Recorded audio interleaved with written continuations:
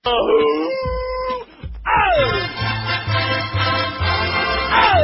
up at the voting box, we don't got no civil rights. We are hated near and far, with no end to war in sight. Look at Bush and Cheney smile when they both should be on trial. Free democracy, where are you? We believe corporate TV, embrace religious love of IC. But you see, John Kerry look too much like Frank Quinn. That's why he didn't win. Our economy's hot as the Saudis hike the price. If you can't afford insurance, then just go ahead and die. Now we have a new board right led by a retard, Jesus Christ. Free democracy, where are you? Oh, my God. It's 11:08 already. Boy, this show is going fast today, isn't it? No foreplay. Wow. It's foreplay-free Thursday. Feels like we just started. So we're going to be talking like real fast. As much of a motor mouth as I usually am, I'm going to be just like Rick Sanchez, like that. So I guess Stern, and we have no problem with the fact that Howie went long today, because obviously they got some very serious issues. In fact, if he wants to go till noon tomorrow to vent and get all of his system, give like a little preview of what he's going to be doing on Letterman next Thursday. Yeah, we got that story from FMQB in the Post, and it looks like, didn't I tell you before anybody in the world, before anybody anywhere? In fact, you heard it first here about Amendment 4 actually passed when everybody thought it lost. Right. And you also heard it here first that Sirius is negotiating really serious with Infinity. They want Howard now. Not they want him sooner than later. And who knows who else they might want on one of their fine networks. But at any rate, so we'll get into that. For anybody who may have missed, he must have been rambling about that all day, I guess, huh? I have no idea. We don't know because we don't listen. 18, it's nothing personal. It's just we're busy confabulating and preparing for whenever we might come on the air. That's it. 1,882 votes on the poll. And by the way, you'll be pleased to know that the QAM sales department is not the least bit concerned with what's going to be on between 6 a.m. and 2 p.m. They're concerned about ESPN Sports Radio and how we got, they got Joe Rose over there and nobody else who means anything yet. Well, can you imagine if they had like a real power pack lineup over there? What? What are you laughing about?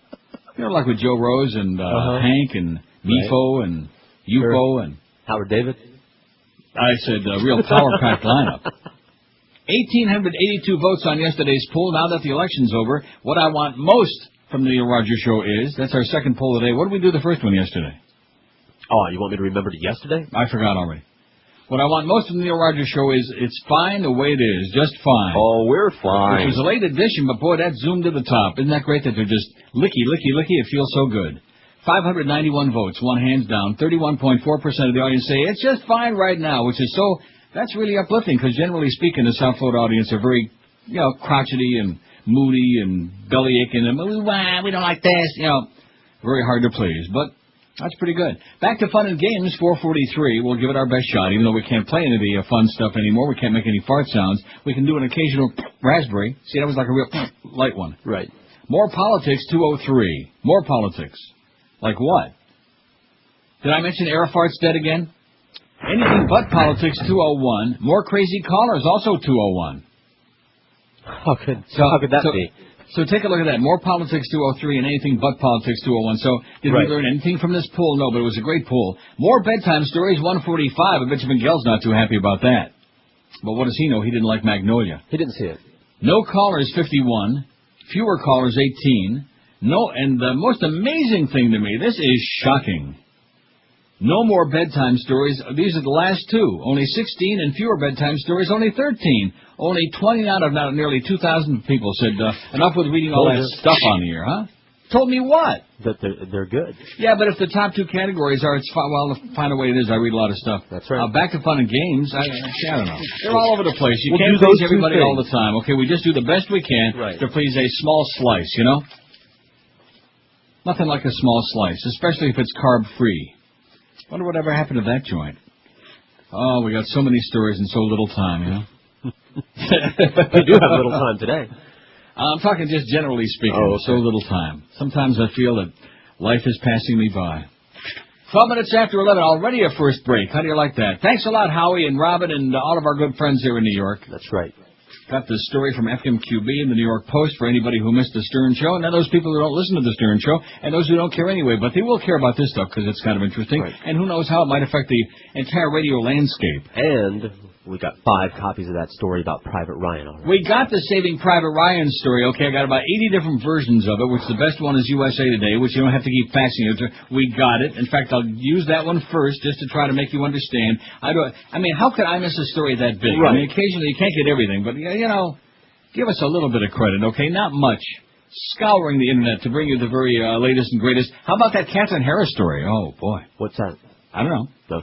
11:13 at 560 WQAM. Are you expecting guests this Thanksgiving? It's not the turkey that makes the meal special, it's the people.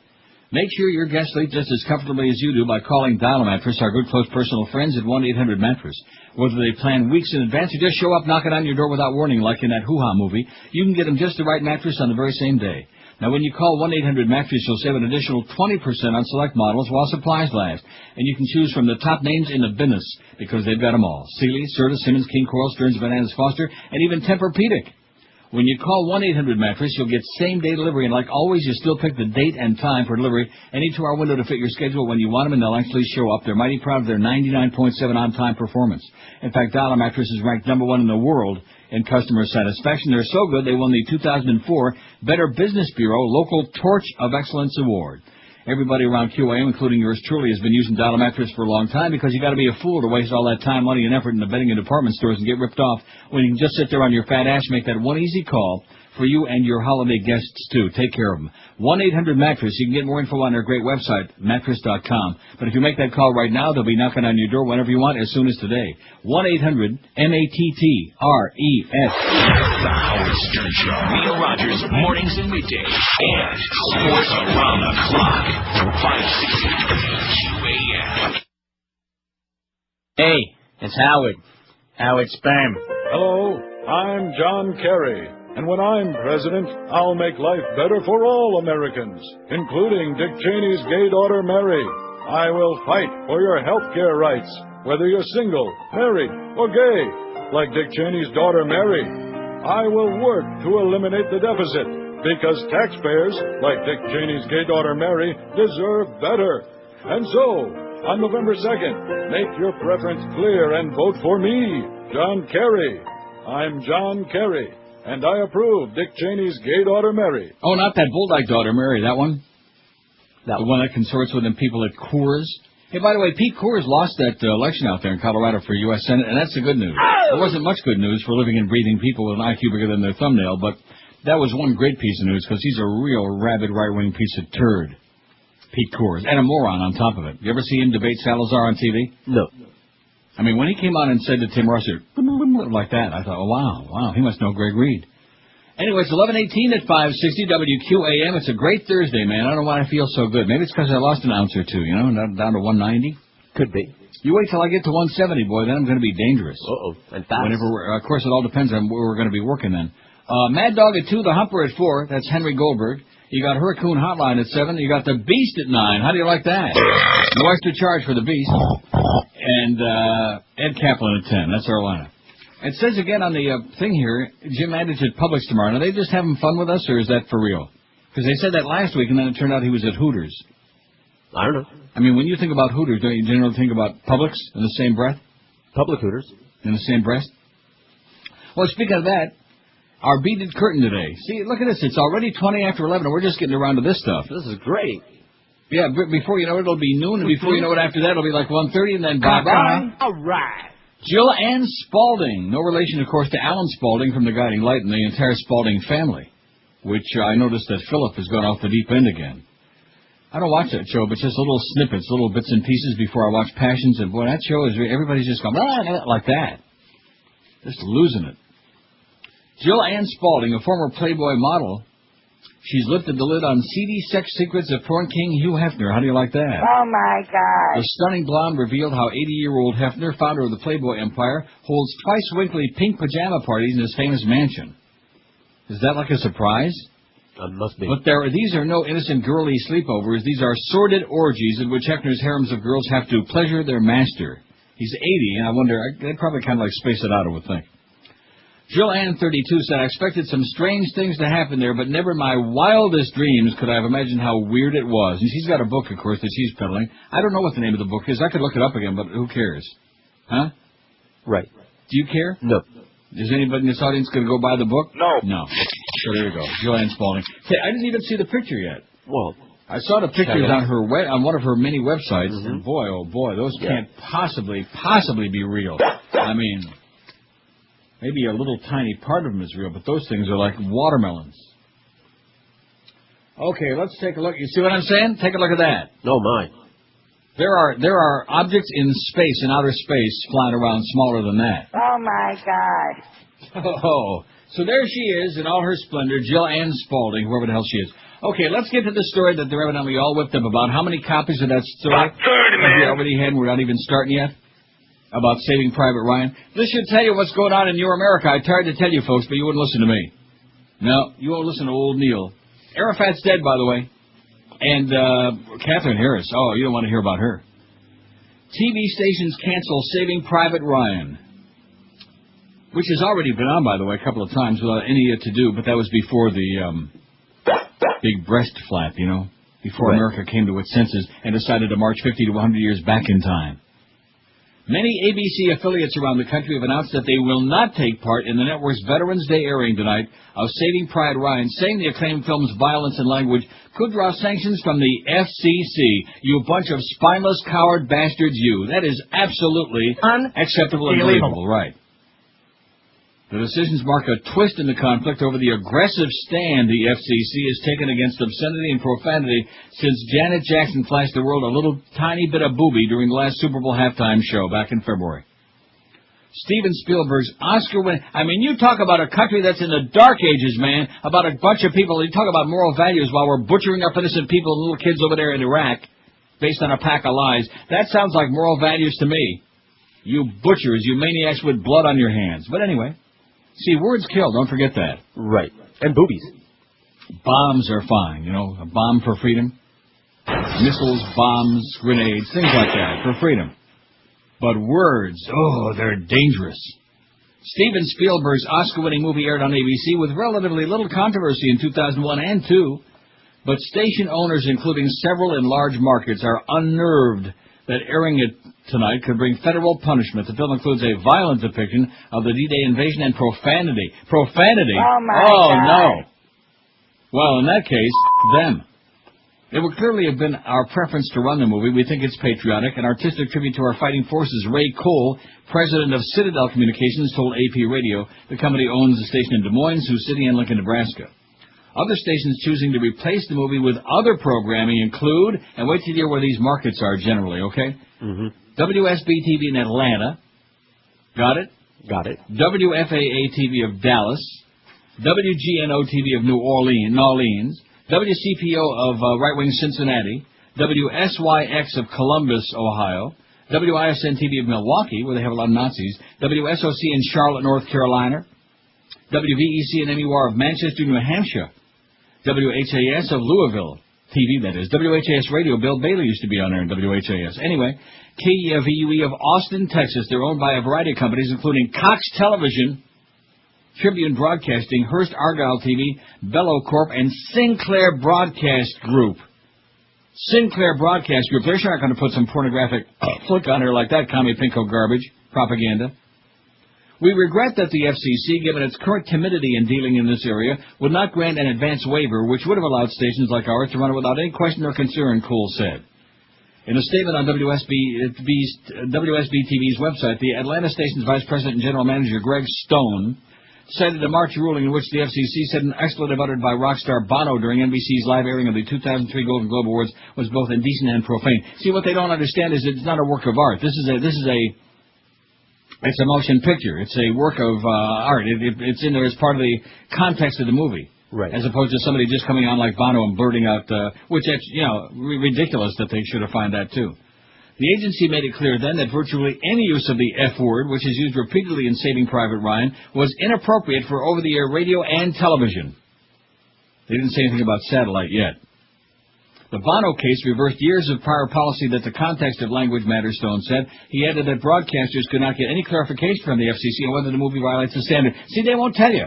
They won't tell you. We tried that at IOD. Well, suppose we send you the material, and then you tell, oh, well, that would be prior restraint. We won't do that. Go ahead and try it, and then we'll see if you can get away with it. Right. It's like saying, well, we won't put speed limit signs up on the highway. Just go as fast as you think the speed limit should be, and then we'll let you know whether we pull you over or not. Yeah. ABC, which broadcast the film Uncut, in 2001 and 2002, issued a statement saying it's proud to broadcast it again. The network's contract with director Spielberg stipulates the film cannot be edited. I'll be real curious to see. In fact, let me turn on right now, channel 18 WKBW in Buffalo here. Okay? Okay. Do we know what time this is on tonight? No, I can find out. Where's the guide on this stupid-ass thing? Okay, let me see. The View is on right now. I don't want to see that. No, you want to see The View? No, but Star Trek sure is losing weight, so. Oh, look at that. Guess what's on at 8 o'clock? Saving on Private WKBW in Buffalo. Workable marriage. And Saving Private Ryan. In Buffalo. How do you like that? They're going to take off from bowling. They're going to put on some nice white socks, sit around, kick back, put their feet up on the coffee table, and watch Saving Private Ryan, even with all that profanity and stuff in Buffalo, no less. As in the past, the broadcast will contain appropriate and clear advisories and parental guidelines, the statement said. Several stations said ABC had rejected their request to air the movie after 10 p.m. In other words, they just don't want to put it on at all. That's how peeing in their pants they are. That's the kind of environment that exists in your America today, boys and girls. That's why Stern wants off broadcast radio. That's why anybody with a brain wants off broadcast radio, because we can't play fart sounds, we can't joke around, we can't play most of our material, because the FCC are a bunch of frickin' word Nazis is what they are now. An FCC spokeswoman said yesterday that the agency doesn't monitor TV broadcasts, but responds to complaints. There you go. There you go, all you complaining types out there, not to mention anybody specific. The agency received a complaint after the 2001 broadcast of Saving Private Ryan, but it was denied, she said. WSOC of Charlotte said it received complaints about language in the movie, which had aired in 2001 and 2. Now, after much concern and discussion about family viewing over the past month, and with Americans at war across the world, it is the vivid depiction of violence, combined with graphic language proposed to begin airing at 8 p.m. that has forced our decision, said Lee Armstrong, the station's vice president and general manager in Charlotte.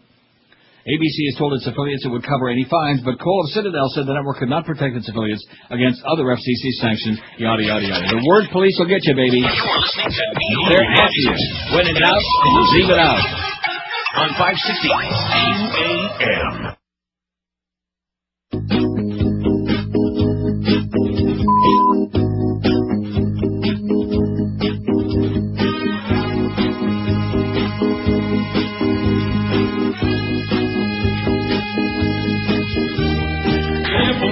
Language I hear on TV. Every other word is an obscenity. It used to be the cable was a whole lot worse, but now the networks let their actors curse. There's no end in sight to this insanity. All the dialogue contains profanity. Swearing like a sailor on a 3-day pass. Words a whole lot worse than ass. Rectum. F-bomb, F-bomb, how long will it be before they drop the F-bomb on network TV? F-bomb, F-bomb, there's no telling when they'll drop one on the UPM. Now, see, the only place you can use the F-bomb is on the floor of the U.S. Senate when you're the Vice President Dick Cheney. Right. When you're a crook like Dick Cheney, you can tell that fine upstanding senator from Vermont, Pat Leahy, to go F yourself. That's an upstanding way to do it on the floor of the Senate. Even if it is again protocol. I mean, that's moral values, man. Butchering all these people over there in Iraq, making human sacrifice out of all these kids that are dying over there. That's moral values. That's what it's all about. I got a story. Cultural laugh. It's a that I'll cultural get laugh. to. Oh, first of all, at least 19 died in Baghdad car bombing. You see, the media doesn't want to talk too much about that. All they want to do is tell you, oh, the American troops have got 70% of Fallujah. Of course, there's nobody there. Freedom is on the march. Freedom is on the march. Yeah. Where's that story? Oh, please don't tell me that you caused me to lose it. Where the hell is it? See, I'm always going in there and moving your stuff around. I beg your pardon? Oh, there's Liza Minnelli. She's being sued. Again. Yeah, for forcing some guy to have sex with her. Where the hell is my story? Oh, no, this is really bad. It's the most important thing of the whole show, and all it looks like it vanished into thin air. I think it's a Commie Pinko plot, if you ask me. I'll find it. Anyway, here's the poll for today, and the reason we were going to do a thing about red states and blue state mentality, and you convinced me that would be a bad idea. I mean, what's the point? Not with this crowd. We know where most they of our stand. crowd would certainly be a blue state mentality, so why even waste our time with that? Right, blue on blue. Now, where's the story about the... Oh, here it is. Oh, thank the Lord. Man, thank God. Oh, I God. didn't lose that. Anyway, the poll, where are you originally from? Now, a lot of people say, well, what kind of a survey is that? Well, it's because of this whole two-country deal, blue state, red state, right? Right. Isn't that what it said? Red light, green light, blue state, red state? Danny and Jimmy? And Mr. H and Davey Lundstad? By the way, he got fired in case you don't realize that. He got fired. we had to talk Wayne into letting him go. Right. Mr. H, what a joke that is. Oh, and Dan Marino says the Dolphins suck, but we'll get to that also. 133 votes, well, not votes, people in there. Where are you originally from? Blue State 66, which I proudly say, Rochester, New York, baby, a very blue state. As blue as it gets. New York State, although upstate New York's a little bit on the pinko side, but, you know. You mean gay? Gay. Blue State 66, Red State 46. Now, of course, Red State could mean Florida, right? Right. We've got a lot of people who were born in Florida, and they can't help it. Right? Right. We could have put Red State other than Florida, but we're not going to do that. Because that's not the point of the whole thing. Right. What is the point of the whole thing? Kill time. Cuba 12. 12 people born in Cuba. Increíble. Wow. In this crowd, no less, and they're not listening to WQBA and WRHC and yada yada yada. No speaking English, babaloo. Canada 4. I can't believe that. We got 4 people born in Canada, eh? How about that? Europe 3. Other Latin America 2, and Asia none. Well, how's that possible? We have nobody that was born in Asia? They'll get around. Get on there. Get with it. What is wrong? What is wrong with you, man? That goes for you too, you Indians. Are you going to start again with our good friends at the Seminole Indian Casino? Not those Indians, the Asian Indians. Nah, they'd like. Ask Kid Curry about them. He'll tell you why they smell like that. Now, they're very nice people, the Indian people from India. They're very fine nice, people. They got like people. Ugly feet, very nice people. I bet they're not all ugly. You're wrong about that. Ugly feet. Oh, ugly feet. I never saw an Indian person's feet. I've seen other parts, but never saw their feet. Never got down that far, huh? No. I mean, feet are fine, but I'm not, obsessed with feet like some people I know. Now, do I want to do the Stern stuff or not? I guess I'd better because we have a lot of people out there that may have missed Howard this morning or don't listen to his show or that don't care. But I think that there's so much more to this story than just the, the Stern element of it. Howard Stern is taking his Sirius satellite radio pitch to Viacom's Late Show with David Letterman. Stern said this morning that he's confirmed an appearance for a week from today, next Thursday, November 18. The appearance could not be confirmed with Late Show at the time of this report. You better bet Greg's life on it. He'll be on there next week. Mark it down. As for Stern's simmering relationship with Infinity Broadcasting, the New York Post says Stern wants out of his job now, and it's looking more and more like those who picked an early date in the office poll for the end of Stern's morning show on terrestrial radio are going to be winners. Now, what does that mean for the future of WQAM and our morning show, now that we walked into another jackpot? He started August 16, if my memory is correct. It's only November the 11th. So let's see, September, October. We've only had Stern on for 3 months, and already he's maybe any day now. And you notice at the end of the show every day says, we'll see you tomorrow, maybe not here, someplace else? Wow. Stern's outright disgust for his Infinity superiors and behind-the-scenes maneuvering that surrounds his waning tenure at Viacom's radio division is becoming more contemptuous. Stern started his show this morning by railing on Infinity President and COO Joel Hollander, calling him a maggot, before WSRK New York General Manager Tom Cusano entered the studio to curb the conversation, telling Stern this isn't the place to personalize it. I'm always reading about how Cusano comes in the middle of the show. I never heard of such a thing. I don't get that. They like programming in the middle of the show on the air? Huh. The GM only made matters worse, as Stern said Hollander screwed me yesterday, and it was no Mel Karmazin, is never going to be. He's not fit to fill his shoes. One thing about Mel, when he shook my hand, that was the deal, Stern said. He later lamented, my Mel is gone, it's time for me to leave. Stern spent 30-plus minutes on read-between-the-lines conversation with Cusano, Robin Quivers, and Artie Lang over the future of his show. I put a lot of hours into this company, said Stern at one point. Every one of my deals here has been pleasant. Everyone's always been above board and honest with me. When a guy calls up my agent and says, I don't care if we agree to something, I'm going back on it, that's ridiculous. Don't be a dishonest person with me, that's all I ask. I got screwed over my whole career by dishonest businessmen. Oh, some of us can relate to that, Howie. I'm asking for 2 things, Stern pleaded. Honor your agreements, and 2, let's keep the show running. Keep it strong so that our advertisers have lots of listeners and everybody flourishes. If that's unreasonable, take me to the radio police. Stern promised that what he couldn't talk about directly on his radio show, he would take to Letterman show and discuss there. When Cusano pointed out the appearance would still be on a Viacom property, Stern countered with, Letterman's no fan of Viacom, trust me. I've had private conversations with this guy. He wouldn't reveal the details of those talks, but said Letterman's not a happy camper for a bunch of different reasons. How do you like that, huh? Man.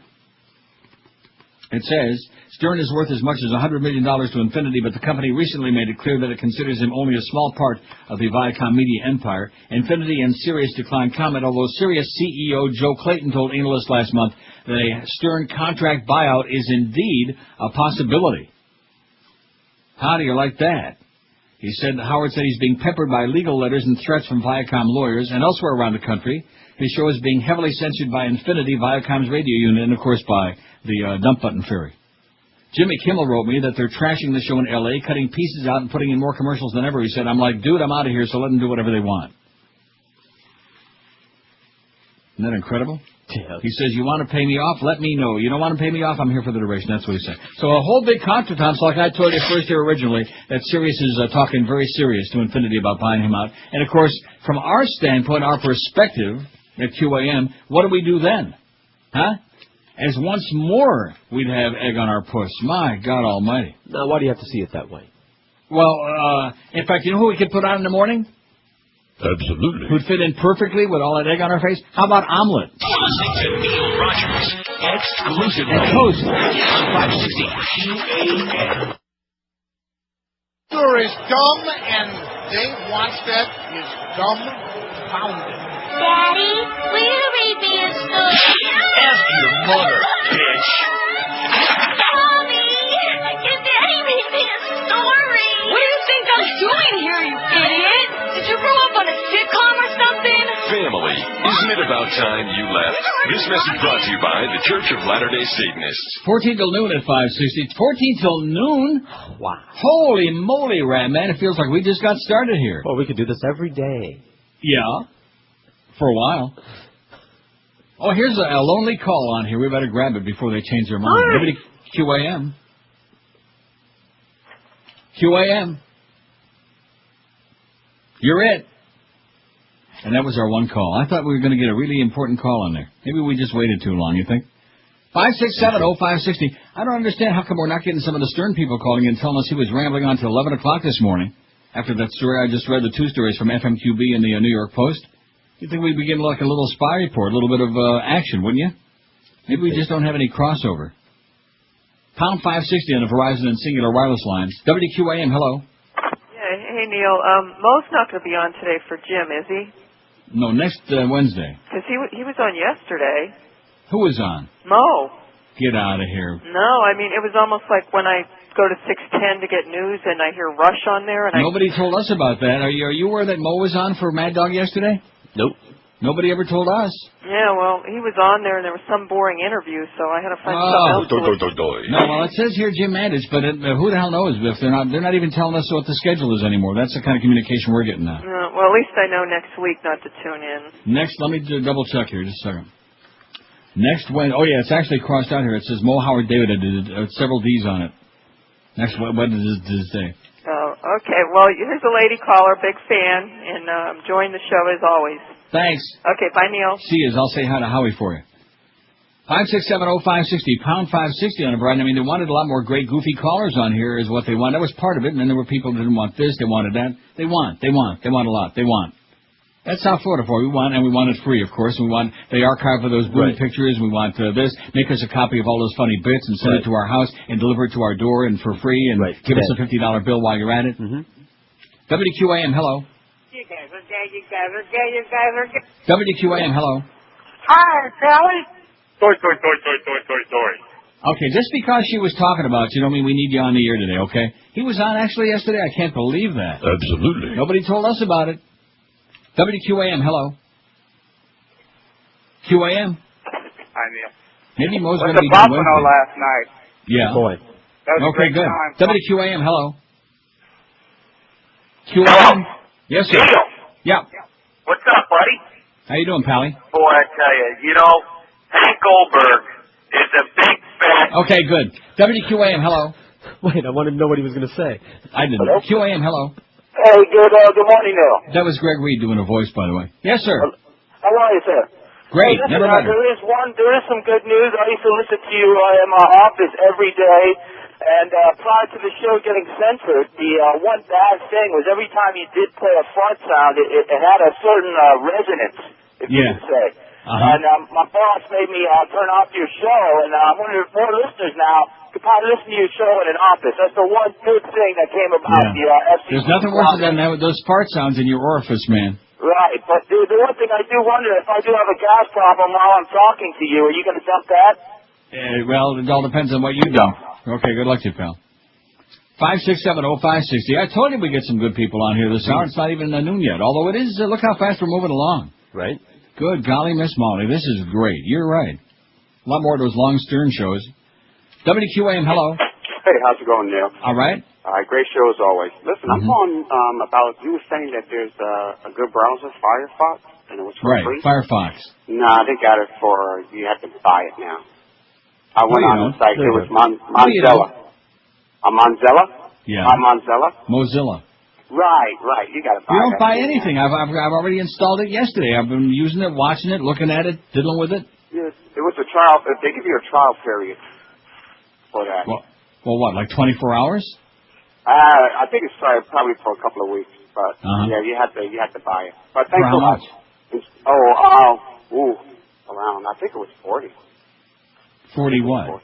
40 bucks a year? No, $40 and that's it. 40 bucks one time. So what's the big deal with that? So what's you can't afford 40 bucks? Yeah, you probably lose more money than on stupid lottery tickets. Get with it. See what I just got through saying only moments ago? It's my psychic powers again. We want for free. I turn you on to a great alternative to Bill Gates and that awful Internet Explorer thing that's so slow and ponderous, has got all those viruses and pop-ups and spam and what-am and ham. Man. And this guy, instead of saying, thank you, Neil, for turning us on to Firefox, even like George, never even heard of it before. Right. Mifo. When's Mifo coming back with Mo and Mifo for that morning show? Boy, Stern should bail out one of these days, like, very quickly. And, you know, he tends to be just a little bit impulsive. You know how those things happen, like, real fast? Wouldn't that be something? What would we do then? And now that we've been spoiled with this coming out like at 10:40 and really officially starting the show at 11 or after 11 like this morning whenever they decide to finish, the idea that we're going to go back to 10 and do 4 solid hours every day again, I think that's outrageous, don't you? That's not acceptable. Maybe you know, reopen negotiation for a considerably higher amount of cash. WQAM, hello. Hi.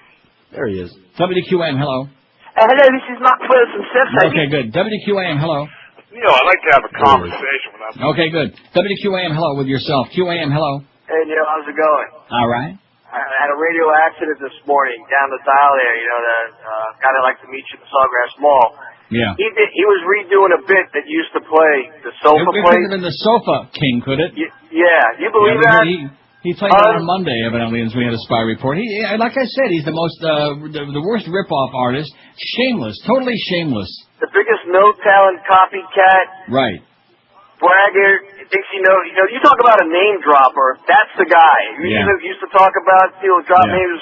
How he ran into me at the Sawgrass Mill, which I haven't been to the Sawgrass Mill in years. And this guy is a liar, a rip-off artist, a piece of turd who's got his head so far up Rick Sanchez's ass that they need an excavation crew to get it out of it. Everybody. And he belongs on Sports Jam like I'm a brain surgeon. Exactly. Love your show. Okay, thank you. So That's anyway, probably why Mad Dog got off of there. That's probably the real reason. With regards to he told him to Firefox, jam it. Yes? Unless I'm wrong. Right. The download is free, which we all did download Right. for free. But if you want to buy the disc and the guidebook, it's $14.95. Well, what do we need the disc and the guidebook for? Don't, of course. Just for that other guy there. What a putz, man. You don't need the disc or the guidebook. This guy's probably too stupid to download the thing off the... you can just download it right there on their site, for crying out loud. It says free download. No free. other hitches. Free. And the fact that I'm using it now and they haven't requested any money indicates to me that's FREE. Likewise. You should be loving it in Florida, man. That's everybody's favorite in Florida is free. I want it free. Like that old bag that bought the Kraft-free salad dressing that time. This is an honest, true story. I've told it a million times, but as long as I live, nobody would even believe this story anyplace else. And the girl at the checkout counter at the Publix, she's putting the items through the scanner, and she starts to take the salad dressing around, and the old lady says, "Oh, wait a minute, isn't that free? It says free on the label." I got something free for you, honey. How about my foot way up your ass, you silly old bag? God. Everything in Florida's got to be free. It's got to be a bargain. You got to get a big discount. Sounds awful Jewish to me. WQAM, hello. Yo, Neil. Yes, sir. New Jewish holiday, but we're not going to get into that. Number one, Firefox. What Jewish holiday? Arafat's gone. Don't you know? Oh. Yeah, we know. He died for the third time. Today is Veterans Day, by the way. Definitely so, and I am going to watch Private Ryan. It's got, I'm glad you mentioned that. WPLG Channel 10 isn't going to be censoring it that we know of. Let me tell you something, though. My dad was there, and when he saw the movie, he flipped. Mm-hmm. He said it brought back memories. He didn't want to, he wanted to beat the crap out of me for making him go see the movie. Mm-hmm. But on the other point, Firefox brought back a lot of bad memories, like those true things that John Kerry told the public that we have to beat him up for telling us the truth, right? Oh, yeah. This is Robert, by the way. I send you all that neat stuff and those little thanks, pictures Robert. on your website. Thanks. We appreciate it more than words can say. And I will continue sending them when I become George's Middle East correspondent because I'm moving out of this place. Really? Three more months, I'm heading back to Israel. Where it's safe. To Israel? Yeah. Well, I live there. Oh, my God, Robert. No, Neil. I lived there for a long time. A very long time. My wife's from there. I served in the military there. I still serve in the reserves. It's not like you maybe think. you could call us from time to time. We could kibbutz.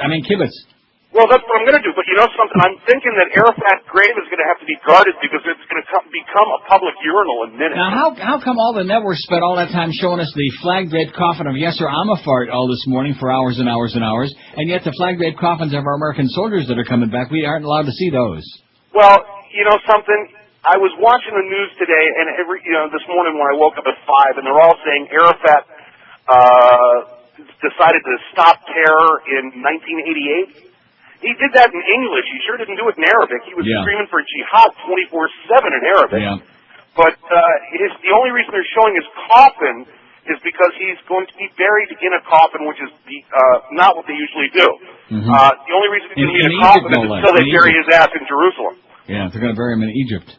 The funeral's in Egypt. He's going into Ramallah, into the trash. Oh, is he really going into Ramallah? Well, who cares? Yeah, who cares about that started stuff? clearing away the cars last night, the day before. Maybe you can serve up Ariel Sharon some of that poison pudding they gave to Arafat. It seemed to work really well. Well, I hate to say it, the dude died from AIDS. Good luck to you, Robert. Anytime, Neil. Okay. Bye. There are all kinds of rumors about why he died. Arafat. He died. He died the third time, 3 times the charm.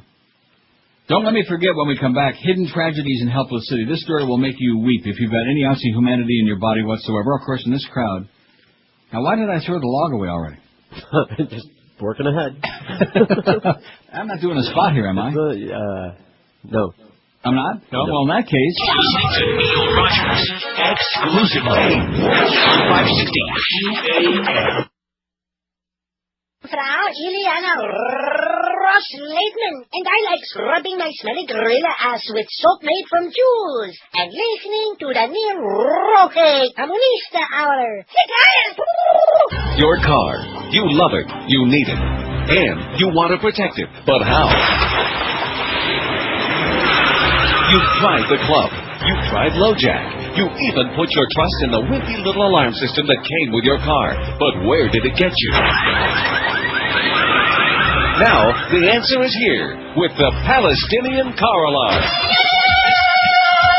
It's a sound that could wake the dead, and it sure as heck will wake the neighbors. The Palestinian car alarm works because it's not a mechanical device. It's a genuine Palestinian, and boy, is he alarmed. The Palestinian car alarm not only sounds a startling alarm, it also uses verbal messages to ward off would-be intruders. You are too close to vehicle. And if thieves persist, the Palestinian car alarm will make them pay the ultimate price. I won't let this car be stolen like my homeland. Time for you to die. Whether you park on Sunset Strip or the Gaza Strip, you need the Palestinian car alarm. 12:02 at 560 WQAM. 292 people have checked in on the poll. Where are you originally from? It's not all exciting. It doesn't require an opinion on your part. It just requires a moment of effort on your part because it's kind of marginally interesting. Red and blue, right? Red and white and blue. Blue State, 136. Red State, 102. But I'm assuming many of those are Florida, wouldn't you? I don't want to find out because that would make it less interesting. Other Latin America, 19, like Nicaragua, Guatemala, Panama, Colombia, Venezuela, right? Right. What I leave out? Mexico. Bolivia. Peru. Argentina. Brazil. Yeah. But anyway, other Latin America has now got 20, past Cuba, 19. Only 19 originally from Cuba. That's because all the old Cuban farts are listening to No Speak Inglés Aquí. See. Canada, 9. Europe, 7. And Asia, we finally got 1 out of about the first 300 votes. Whatever they are. 1. You believe that? Why wouldn't They're just busy, man. They're busy. They got to stay busy. That's how the Chinese made all them babies. So I hear. Line 9, WQAM. Hello. Hello, Neil. Yes? What are you up to? What are you doing, pal? Did Yasser Arafat die for the 8th time? I beg your pardon? Did Yasser Arafat die for the 8th time? Yeah. That's incredible. Every day he died, is he really dead? What do you got for us, pal? Evidently not much. What did I ever? No, nothing. Do to you. WQAM, hello. Neil. Well, this is good. It's like a reunion. Every misfit in the last couple of days. Yes, sir. Listen, Stern, he's making his move. Everybody needs to strike while the iron's hot, man. Yeah. Because this regular radio, they're chopping it at chop suey every day now. It's finished. It's like in a foreign language. It's finished, and you got a large market. You need to go ahead and take care of yourself. Everybody's obviously jumping ship, so you need to get in there for that fucker stinks, man. Like I said yesterday. Like I said yesterday, all inquiries are being made. Baker Flynn. Yeah. They've extended the feelers. Everybody and their brothers are sending feelers toward me. Not that the people at QM seem to be interested or care in the least, but that's fine with me because it'd be a waste of time anyway. They've burned their bridges. You know how sometimes they tell the employees don't burn your bridges? Well, in their case, they burned the bridges. It burns. They are disgusting and grotesque, and you can't do business with little children or people who behave like emotional cripples. I can't, and I won't. I've had the last day of my life ruined by people who behave like imbeciles. You're right. I should write the book. The only problem is it would have to be in the fiction list because nobody would believe the stuff that goes on there. Oh, well, Greg wants to know, and Greg wants to Norm say this, and Greg is all upset, and management through temper tantrums. Hidden tragedies in helpless city. Oh, this story is and it's just a little teeny tiny slice. You see, you don't get the real news on your American media. What you get is propaganda. That's all you get. And even though this story is very depressing, keep in mind that throughout history, all those people who talk about, we got the moral values and God is on our side, all this other crap, they've always been very enthusiastic about killing the infidels. Other people, right. The infidels, the non-believers, anybody who believes different crap than they do. And it's really kind of ironic because we kept hearing about the Islamic fanatics, the perpetrators of 9/11, and all the other grotesque terrorist acts of the last 20 years or so, and the fact that, they want to get all the infidels. Well, that's what the moral values crowd, the red staters in America, want to do too. It's just a different crowd of people. Culture life people. Right.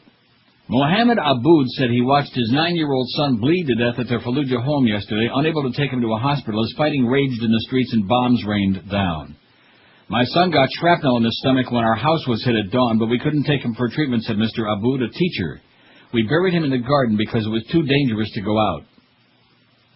Residents say scores of civilians have been killed or wounded in 24 hours of fighting since U.S.-led forces pushed deep into the rebel-held city.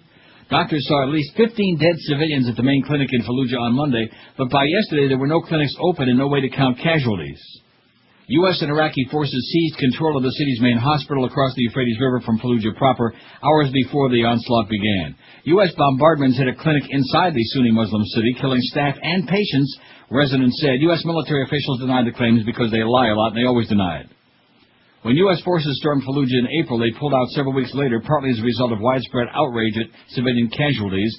Sami al-Jumali, a doctor at a Fallujah hospital, said the city was running out of medical supplies. There were scores of injured civilians and no surgeons, he said by telephone, from a house where he'd gone to help the wounded. A 13-year-old child just died in my hands, he said. Weekend air raids destroyed a clinic funded by an Islamic relief organization in the center of Fallujah. The U.S. Defense Secretary, though, Donald Rumsfeld, who lies like crazy, said on Monday he didn't foresee large numbers of civilian casualties, but those words were of little comfort to the Aboud family sitting in a house damaged by the bomb that killed their child, their 9-year-old son. You see, when you put it like in human terms, which is why they don't want you to see the flag draped coffins of the Americans that are getting killed, put it in human terms, it's not palatable to people that have any conscience whatsoever. Stop and think about one of your kids getting killed because he just happened to be in the wrong place at the wrong time because a bunch of invaders decided they were going to impose some form of government on you whether you wanted it or not. Well, they shouldn't have attacked us. That's true. Those evildoers, those little 9 and 13-year-old kids shouldn't have attacked us in the first place. Well, they would have grown up to be terrorists anyway. There's no question about that. They probably would have been suicide bombers, even though we're supposedly there to free them and democratize their country. They're just part of that pain-in-the-ass collateral damage because war is hell. Anybody, let me say it again, who supports this madness, and you people in the media, man, you people ought to be in jail. Forget about how incompetent you are. You people ought to be in jail for being co-conspirators every day. And I notice they've run out of cliches now. The first couple of days of the week it was Operation Fallujah Bloodbath, then it was Operation something else, and now we don't even have that anymore because, they control 70% of the city. Right. Of course, the evildoers, they're all gone, but... And one of the talking heads they had on last night, I mean, you have to be a genius to figure it out. Talk about grotesque military planning. He said, when you announce a month ahead the timing of when you're going to come in and launch this attack, you don't have to be a genius to figure out that's the time that everybody bails out. Right. Guess what? Right after the American elections, when it's not politically dangerous to have all those dead American soldiers, that's when we're coming in. So if you want to get out, do it now. And they did. That's why the city's basically like a ghost town, except for those pain-in-the-ass collateral damage people who just couldn't get out. There's some booby traps they were kind enough to leave behind. Yeah, booby traps, like what we got on our website, that Eric's not too pleased about. At least 19 die in Baghdad car bombing. A suicide car bomb attack today has killed at least 19 people and heavily damaged storefronts in a busy commercial district of central Baghdad. 15 others were wounded in the attack. Oh, and by the way, how come we're not hearing about all those Iraqi soldiers that were taken hostage, too? See, when you watch CBC and the BBC and the PPC and the whatever, you see stories that show you the stuff that's going on that's really nasty and bad, not so great. Commie propaganda. And how come we're not hearing any more about those 35 American soldiers that were taken hostage? Shut up. And about the 3, you were right, it was 3 relatives of Ayad Alawi who were kidnapped and are being threatened with off with a head.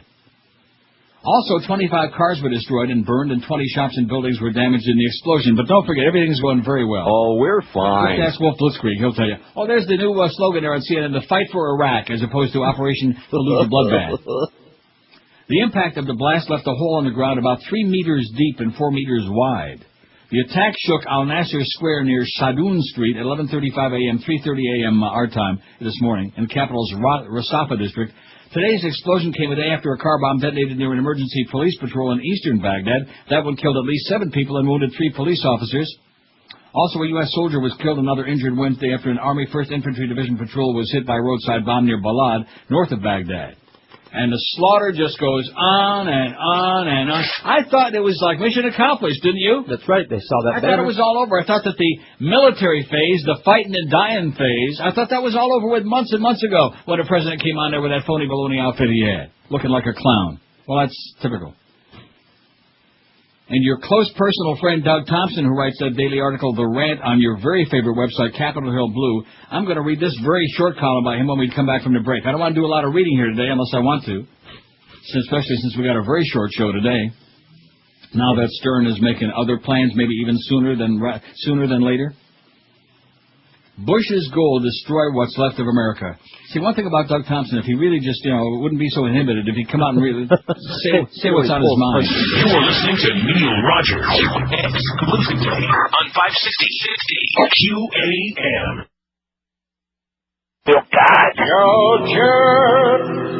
Georgia, you have the good Lord to thank. For being bread rejoice, all high on praise.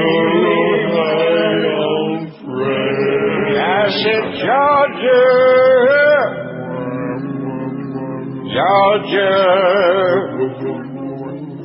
you filthy hillbilly hill,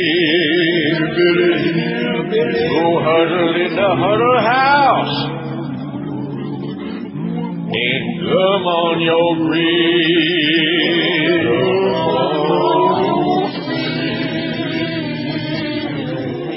We're all going down, including you, toothless freaks who don't wear shoes. All the same to me, if you succeed and go play your banjo in a tree.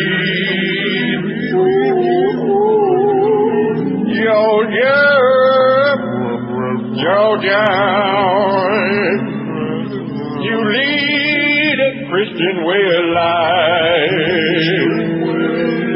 where you screw your dog, and your sister is your wife.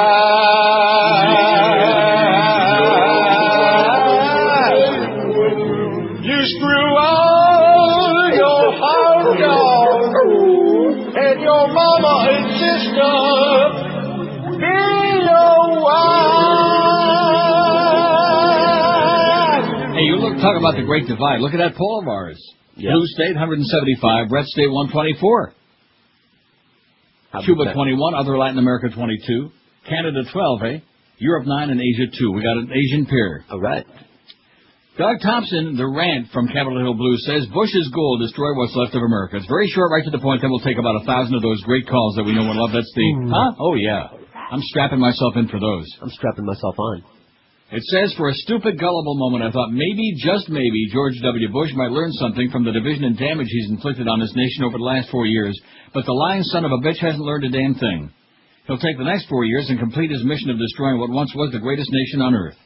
Bush proved this Wednesday by replacing one hater of the U.S. Constitution with another, nominating right-wing zealot Alberto Gonzales to replace his head Nazi, John Ashcroft, as Attorney General. Jesus Christ, what a nose-thumbing, I am Lord of all things move by a president hell-bent on destroying what little freedom we have left in this nation. Gonzales, his White House counsel, wrote the infamous memo that said U.S. soldiers in Iraq did not have to follow the rules of the Geneva Convention, the memo that led to those in charge of the war to think prisoners could be tortured, abused, and humiliated, like at Abu Ghraib. This is the same Alberto Gonzales who calls the Constitution an outdated document, who advocates holding Americans without cause incommunicado and without any right to counsel or freedoms that used to be taken for granted. How could I have been so gullible as to believe W would learn anything from the election? What the hell was I thinking? Bush is and always will be a despot, a tyrant who could very well destroy a republic that has stood for 200-plus years. He calls a 51% victory, the presidential election, a mandate, and claims he has political capital that he'll spend to mold America into his image, which means every right-wing fruitcake idea that he and his Looney Tunes party can ram through Congress and send to 1600 Pennsylvania Avenue for his rubber stamp. During the next 4 years, Bush can stack the Supreme Court with his kind of goose-stepping justices to carry out his mission to destroy the Constitution and send America back into a Puritan age where heretics are hung, dissension is banned, and freedom is expendable. And while he and his cronies destroy America from within, hundreds, perhaps thousands more Americans will die in his war of lies in Iraq. Sadly, there isn't much we can do about it except resist whenever possible and pray that America can survive 4 more years with Bush at the helm. Maybe those who oppose his tyranny can rise up and boot enough Republicans out of Congress in the midterm elections in 2006 to return some balance to government, but these are the same people who gave us John Kerry, so I wouldn't bet the farm. America faces many dangers from its enemies, and the number of enemies we face increases daily because of Bush's reckless actions, but America faces no greater danger or enemy than the pill-popping heretic who occupies 1600 Pennsylvania Avenue. All right. Yeah, why doesn't he come out and say what he really thinks? Beating around the bush, I hate that. Yeah, beating up on old Bush. Oh, speaking of that, Liza Minnelli accused of sexual harassment. Third grader in Sarasota charged with sex crime. Women allege boss spanked them for errors. We'll get at all these fine stories. And, of course, as one caller right toward the end of the show yesterday gave us the heads up on this, Muslim convert Cat Stevens gets Peace Award in Rome. Oh, come on. I bet he really wanted to blow up that peace train after all, you know. He's probably thinking about that one in Spain. WQAM, hello. The burning of the glory. WQAM, hello. Neil, hey, Yes, sir. before I get into the meat of what I'm calling about, one of my coworkers asked me if you Sounds could like put Woody, New man. Zealand, Australia on Doesn't the that sound poll. like Woody? Yeah. WQAM, hello. Hello? Yes, sir. Neil Rogers Show? Speaking. Yeah, how you doing? I was actually going to ask Neil if you heard about the both Bush daughters joining the Marines, apparently. Yeah, right. That's what I just heard right now on Air America. Okay, tell us another fantasy. Go back WQAM, hello. Probably heard that from Catherine Lamfer. Hi. 5670560. Boy, this is maybe the best bunch of calls we've had in a coon's age on this show, man. A long time since we've had a run like this. This is great. 5670560, pound 560 on Verizon and Singular Wireless lines. WQAM, hello. Yeah, I wish Mr. Kamal would decide to fix... WQAM, hello. Hi, they cut my neck. WQAM, hello. Yes. Yes, sir. Am I on the air or something? Sounds just like you or your twin. Holy cow, your look at evil that. twin. See, I switched to NPR during your commercial break, and that's what happened. Hey, I just wanted to say, your beaded curtain what is girl. that? I don't understand. What does that mean? I just didn't realize you guys were back on the air taking calls. Here we are. And here you you are. And I'm it. Just wanted to say, your beaded curtain girl today Yeah. looks like maybe she's got an infection there. An infection? Doesn't it look like that? I don't know. It sounds to me like you got something that rhymes with infection. 5670560, pound 560 on the Verizon and Singular Wireless line. These are the finest, you know it? Right. These are our neighbors. Call up C-SPAN. Let's get them in there for some of this post-election trauma. And you notice the tremendous reaction to that story I read about what's really going on in Fallujah. Tremendous response. These people are very, very sorry. They repent. They hope that the Spirit of Christ will excuse them for being participants in this bloodbath. You know, they feel bad. It'll be over. WQAM, hello. Hello? Yes, sir. Yeah, can I speak Neil? Speaking. Neil, yeah, it's true. I heard about the Bush daughters, for real. Yeah. Yeah. They joined the Marines. Marines. Right? And? Oh, I'm fine. And are they going to Iraq? Are they going to Iraq to fight? Supposedly they're going to go to Iraq to fight for Malala. Yeah, right. Okay. They're going to fight over the who's going to get the wishbone.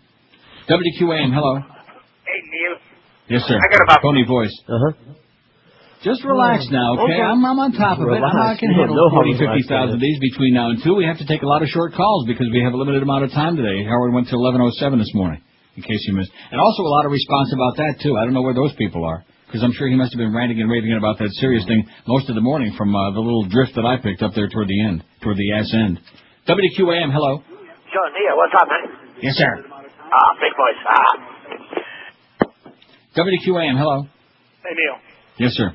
I was listening to some dork on AM last night, Savage, and he was playing this bit he had of these Democratic... Why were you listening to that? Michael Savage? Well, it was the only thing on late at night, and I was just, I tuned through. I like to hear opposing points of view, despite how ill-informed they might be.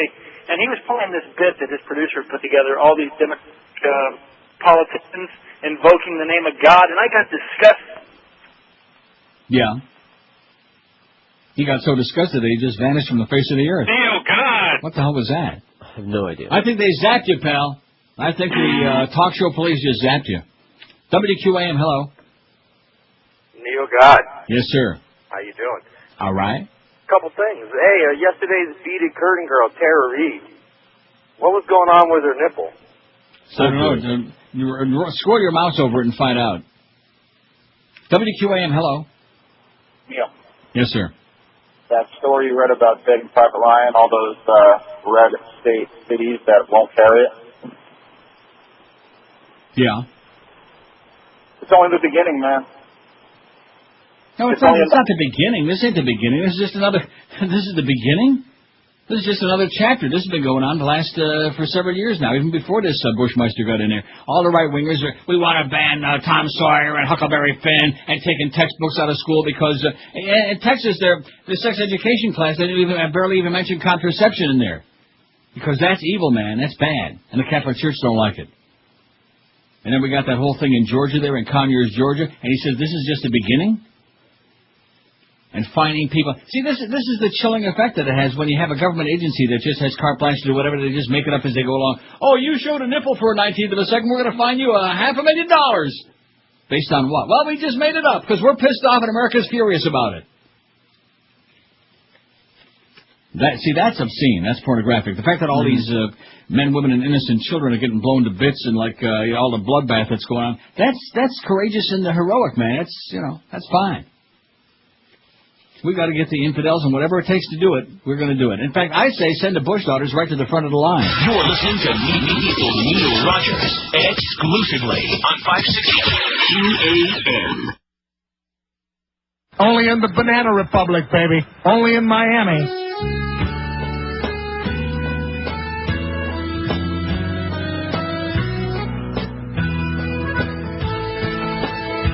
When Bill O'Reilly's dialing, sure he isn't wearing pants. He'll tell you if you like your job, then you'll give him a lap dance. And if you tell O'Reilly you're not looking to be kissed, he'll sue the pants right off you and call you an extortionist. Absolutely. All the factors fair and balanced, but not when he calls at night. He's looking for a lassie who likes it a little to the right. Rectum. When Bill O'Reilly's horny, sure it ain't a no-spin zone. So when Bill O'Reilly's dialing, you best not pick up your phone. So it turns out the Bush girls are going to be doing some Marines, not joining the Marines.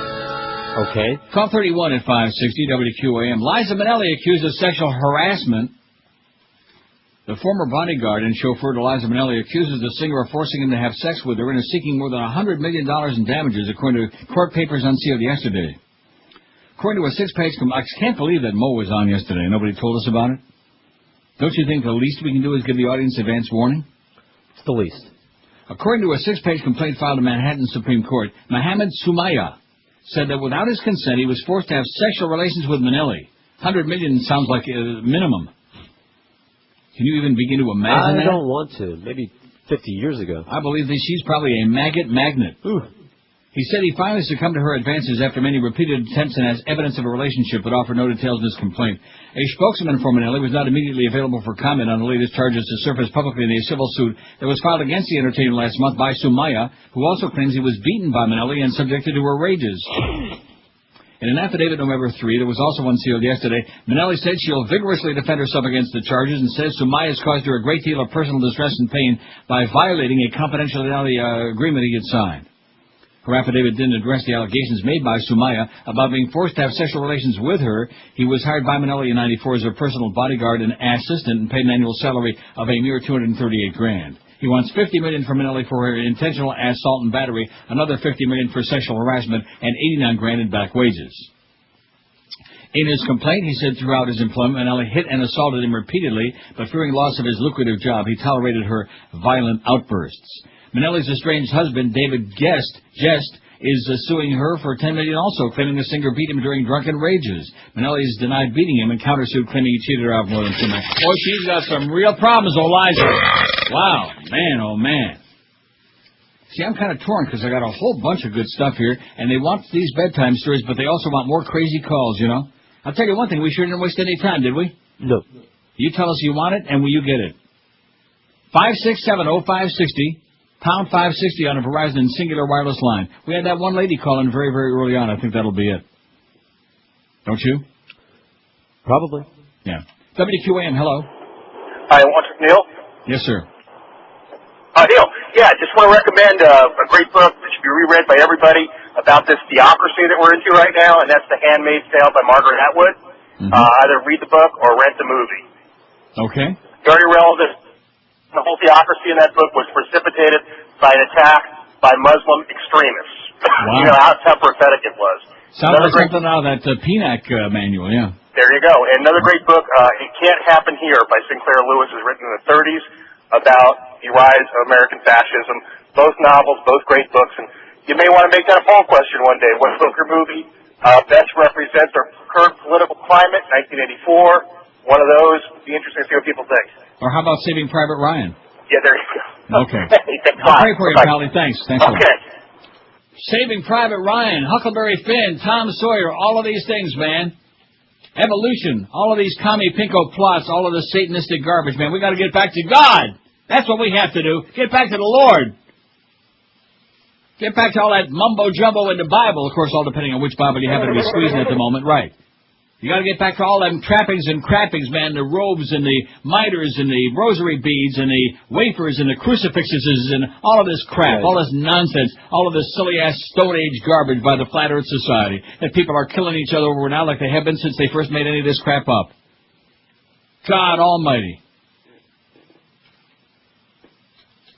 What the hell's the name of that Bible that we got? Oh, the Rappin' Bible. Which one? Oh, yeah. The Rappin' freaking Bible. That's the one.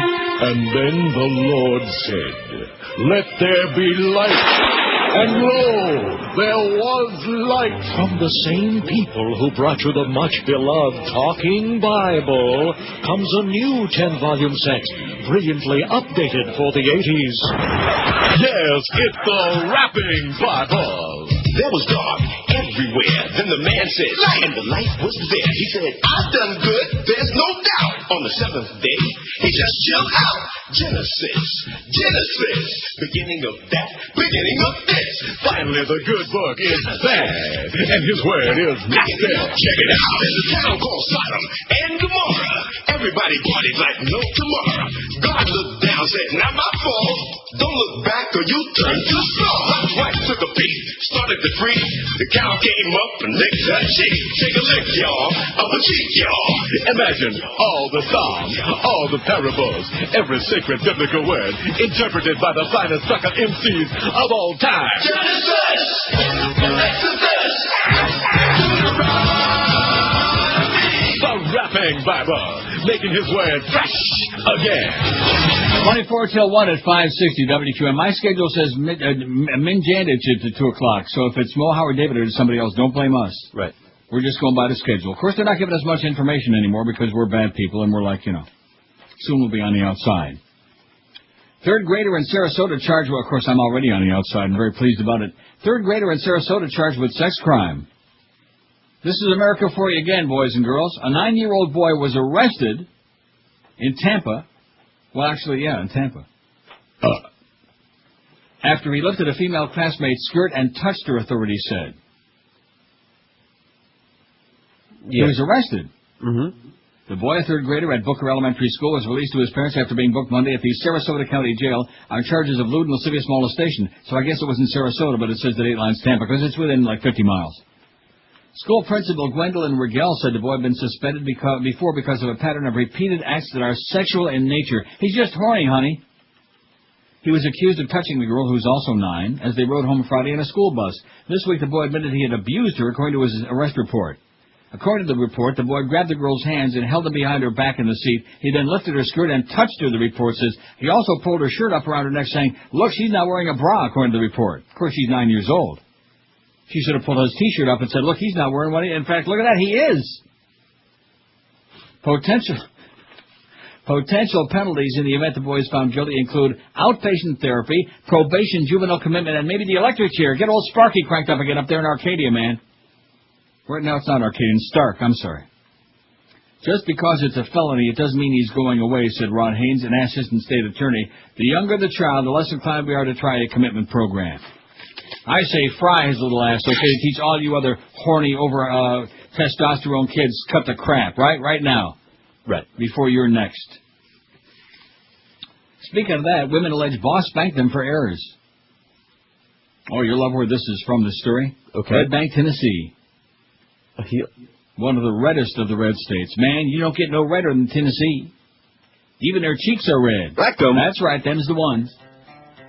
2 young women complained to police that they were spanked by their 50... Panties? Drop them. On panties. 2 young women complained to police that they were spanked by their 57-year-old employer for mistakes on the job, and now the boss faces criminal charges. Well, goody good gumdrop.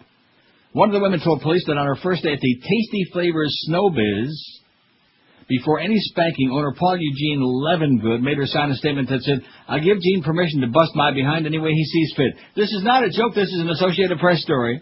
I give Gene permission to bust my behind any way he sees fit. Rectum. All right. Man, you talk about mugwumps. Isn't that great? To bust my behind. The separate complaints prompted 2 sexual battery charges against Levengood of Cleveland, who was freed on $2,000 bond pending a November 16 court hearing. Levengood couldn't be reached for comment, and his Tasty Flavor Snowbiz shaved ice business in the Chattanooga suburb was closed. Tasty Flavor Snowbiz shaved ice. Police Sergeant Jay Lamant said the two 19-year-old women likely accepted the spankings instead of leaving immediately because they were brought up to respect anybody who's an authority figure. One of the women told police November 1 that she was shocked at the incident, but couldn't believe because she had no transportation. Maybe she enjoyed it. The other woman said she continued to work for Levingood more than a year after she was spanked and reported to police that he told her either she could be spanked or be fired at it. I wonder if they told that to Mo. You think that was the choice? No. Maybe they told that to Geldy. He likes getting spanked. The AP is not identifying the women because they may be victims of a sexual crime. According to police documents, one of the women reported that on October 30th, her fourth day on the job, Levingood called her into the back room of the store and she forgot to put a banana. Oh, my God. Yeah. Oh, you haven't heard it that far yet? He called her into the back room of the store after she forgot to put a banana in a smoothie drink. Uh-huh. Wow. Yeah. That's worth a spanking. Guess where he was thinking about, well, she said that as punishment, Levingood bent her over his knee and spanked her behind 20 times. She said that this was one day after he snapped a photograph of her behind as she reached for a flavor bottle on the shelf. Lamant said one of the women showed him photographs that had been kept at the store. The photos of the women were shot from behind, so to speak, and in some cases don't show faces, but all you see are the behinds, he said. These photos are not sexually explicit, he said. They're clothed. You got to pass this along to that guy that does those inside the behind bits. At the company headquarters in Minneapolis, sales manager Tom Novetsky described Levingood as a very Christian person. Of course he said the company's toll-free number is very visible for employees and customers. We've never had a complaint. A very Christian person who just likes ass. He said Levingood opened the store about 2 years ago and is an independent operator using our product. So what's wrong? A little spanking never hurt nobody, right? Right. You're listening to Neil Rogers exclusively on 560. Rogers. Tonight, history is revised on the History Revision Channel.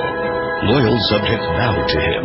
Others sought the shelter of a closet to pull down their pants.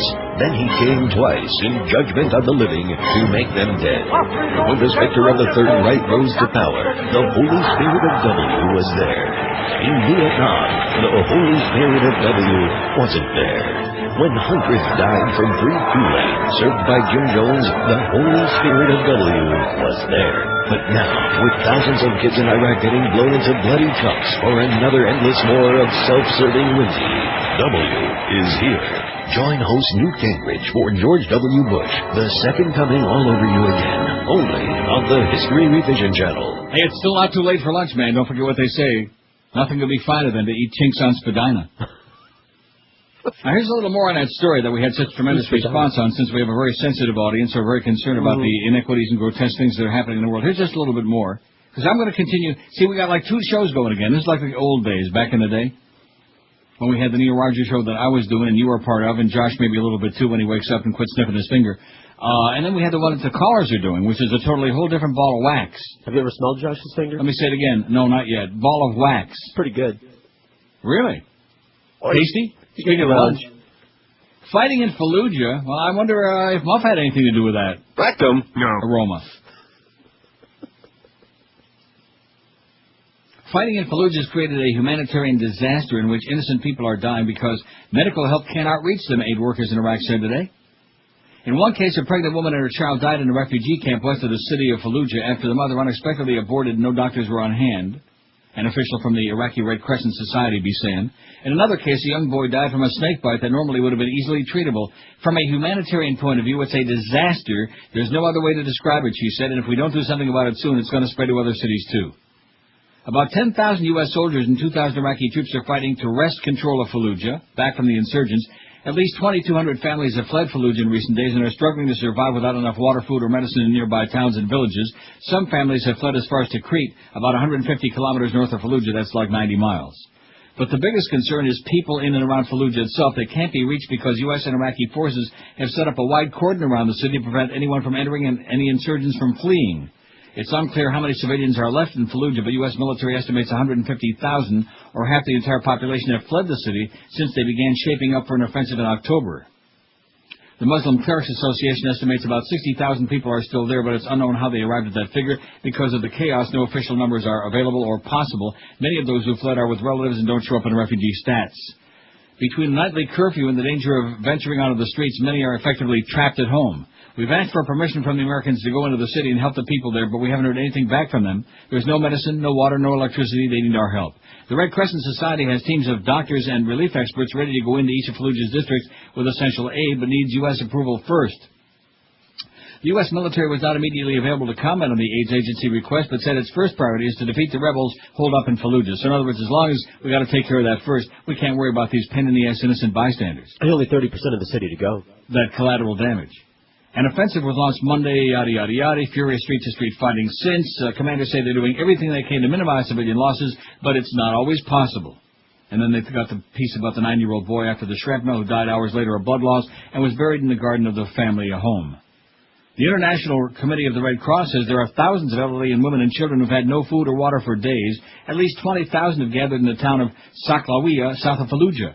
The Red Cross is very worried. We urge all combatants to guarantee passage to those who need medical care, regardless of whether they are friends or foes. Spokesman Ahmad al-Ruiz said they must be allowed to return home as soon as possible.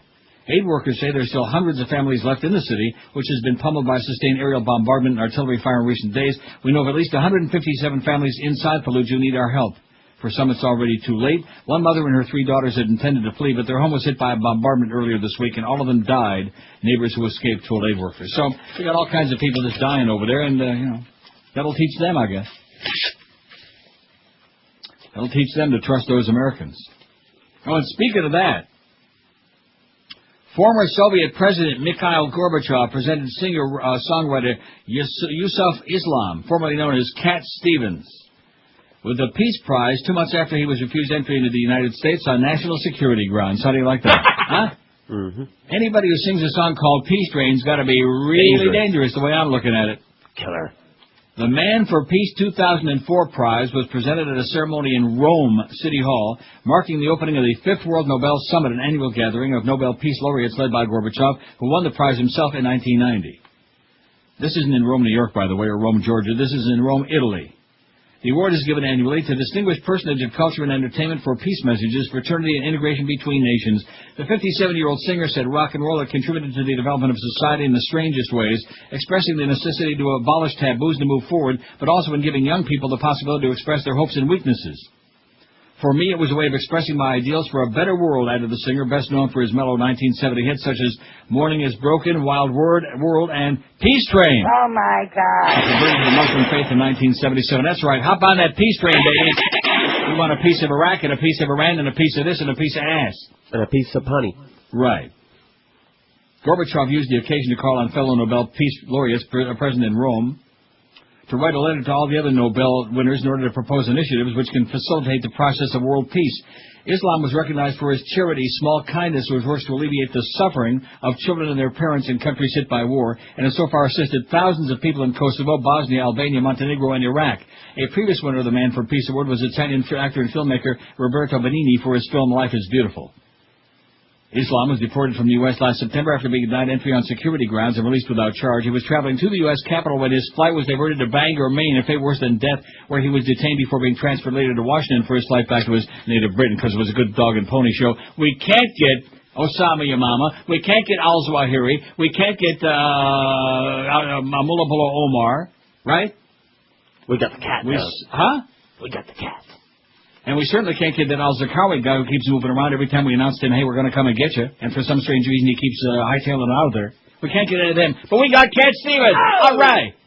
It's one thing to have the tiger by the tail, but it's another thing to have Cat Stevens. Aren't you excited?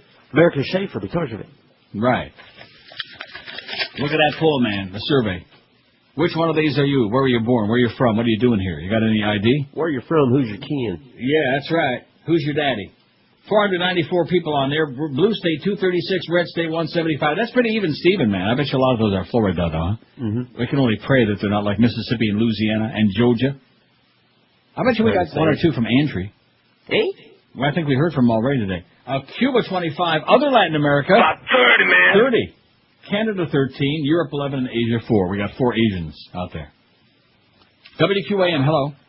Hi, Neil. Yes, I have sir. that Cat Stevens album, Keith and the Killerman. Yeah, okay. Reverend Jones.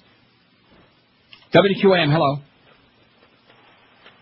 QAM. Shaved ice. Yeah, we had, how many people we've had today? I think we had like the same 6 people calling all day long, which takes the stress off everybody else out there, you know what I mean? 567-0560. Wouldn't you say like about 6 or 7? 6 or 7. Tops. Pound 560 on the Verizon and Singular wireless lines. And, of course, we had the great call from the guy that told us it cost $40 to download that Firefox. WQAM, hello. Hi, Belly. WQAM, hello. Bill, Yes, sir. did you ask John Kerry what's with the long face? WQAM, hello. WQAM, hello. Neil, Yes, sir. I know you're in Canada. What are they saying about this hockey situation up there? Because we don't get any information. But we don't care anymore. Nobody cares. Nobody cares? Screw both of them. A plague on all our houses. Don't start with a hockey talk. We're finally getting a roll here with a bunch of crazy people, and you start with this hockey garbage. You know, you people have got nothing, man. You bring nothing to the table. Every day we bring all kinds of frankincense and myrrh and good stuff here in Halava and all kinds of cockerai, man. And what do you bring to the table? Nothing.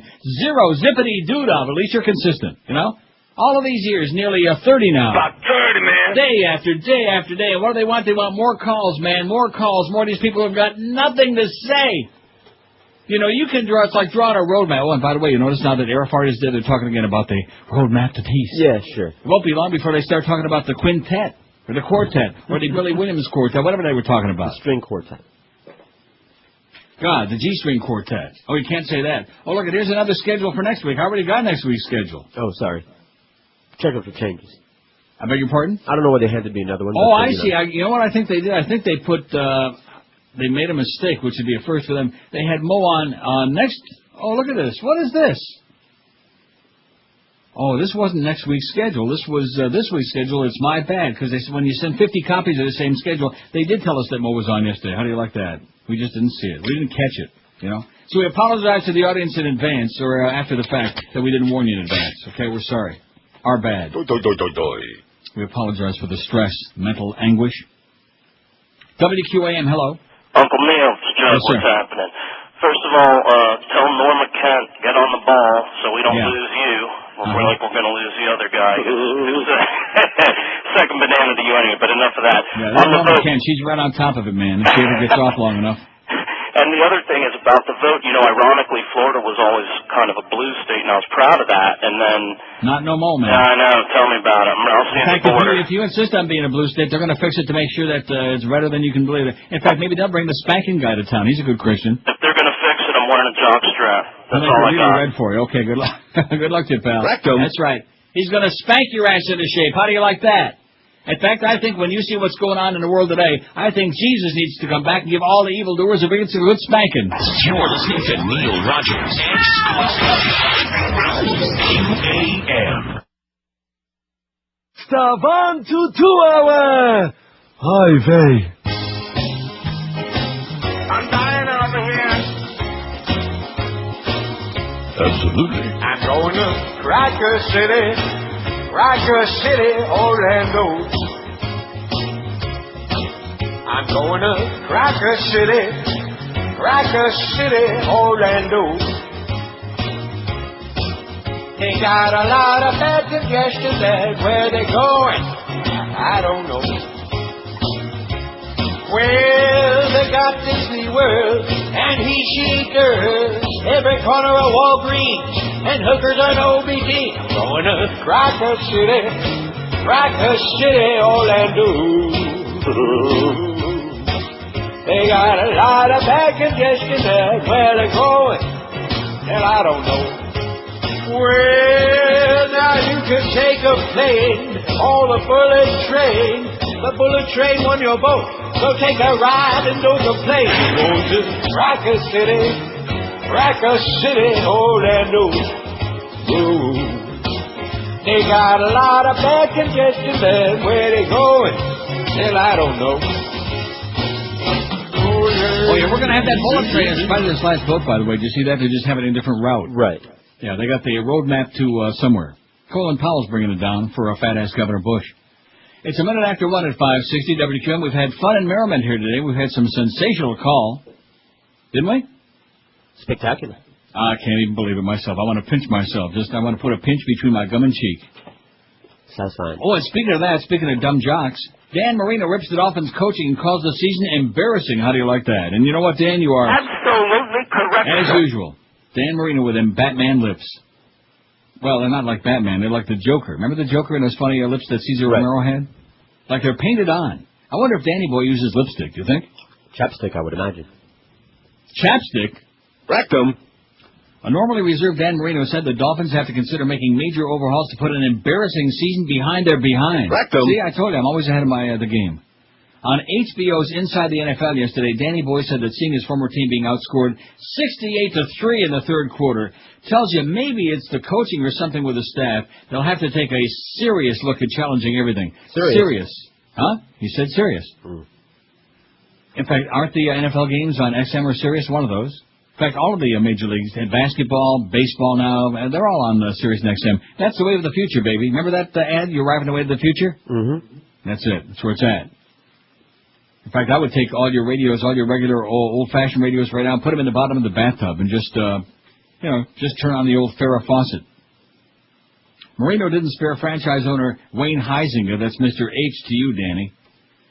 If there's a fault with Huizenga, maybe he's too nice of a guy. Too nice of a guy? Oh, that's not what I hear.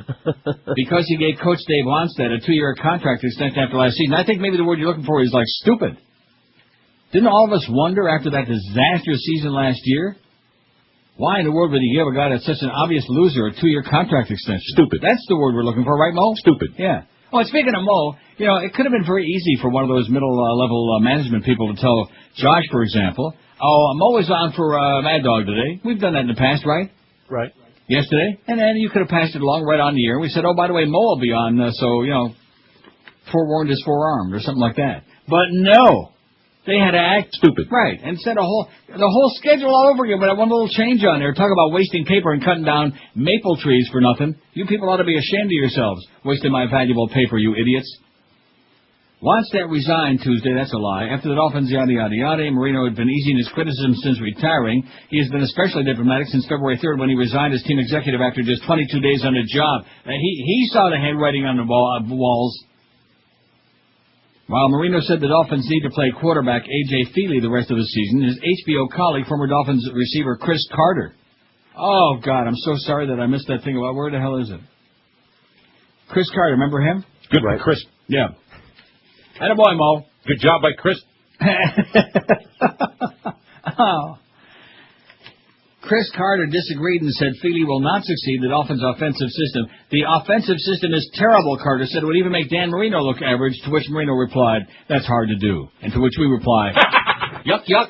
Very funny, Danny. It's a disaster is what it is. It's a mitigated disaster. That's why the people are so coming unglued, okay? Don't confuse them with stuff that's going on, this bloodbath in Iraq and all these innocent people dying, including their own kids and neighbors and stuff like that. And pain in the ass bystanders. Don't confuse them with crap like that. They're more concerned that the Dolphins are like 1-8 and the season is a mitigated disaster. And that sports in South Florida are an absolute... And the Panthers, although they haven't lost a game yet, I think that franchise is ill-fated, if you pardon that expression. As in, like they say at Ruth Chris, well done. WQAM, hello. QAM. Hey, Neil. Yes, sir. When are they going to clean up this background Julio music? They're not. WQAM, hello. Yeah, I'll catch it. Oh. There it is. WQAM, hello. Hey, Neil, how are you? Okay. Hey, Neil, did I hear you say earlier that there were 35 or so American soldiers that were kidnapped? Yes. Where is that? I'm on BBC I right now. Oh, that story's from earlier in the week. It was from Tuesday, I believe. Hey, did you have it on yours? Yeah. I always read your website. I didn't see that. All right, I can go into the archives and find it. Thank you, Neil. Okay. Oh, yeah, you're not going to see about that on TV because it's bad. You're not watching the news. Don't you people understand? You're watching propaganda. Propaganda. There is no more news in American TV. The media just have totally capitulated. They've thrown in the towel, just like CBS caving in there. They made them an offer that, first of all, they damn near got Dan Rather fired, even though he told the truth. You see, basically, whether those were the original documents or not, when I had the secretary from that guy in Texas, and she said, oh, well, those don't look like the original documents. They may or may not be, but it makes no difference because that's exactly how he felt and what he knew and what he said, is that Bush got special treatment, and he got in there and didn't show up. And it's well documented. He's a draft dodger. He was AWOL. And like the one article I read the other day said he never flew a plane again after he disappeared. Never, ever, even though he lied about it. And even though he was strutting around on that aircraft carrier in full regalia. Yeah. Yeah. Regaling us with that. Right. Mission accomplished. Here's the commander and thief, man. Phony, baloney, liar. See, that's also part of that moral values crowd, man.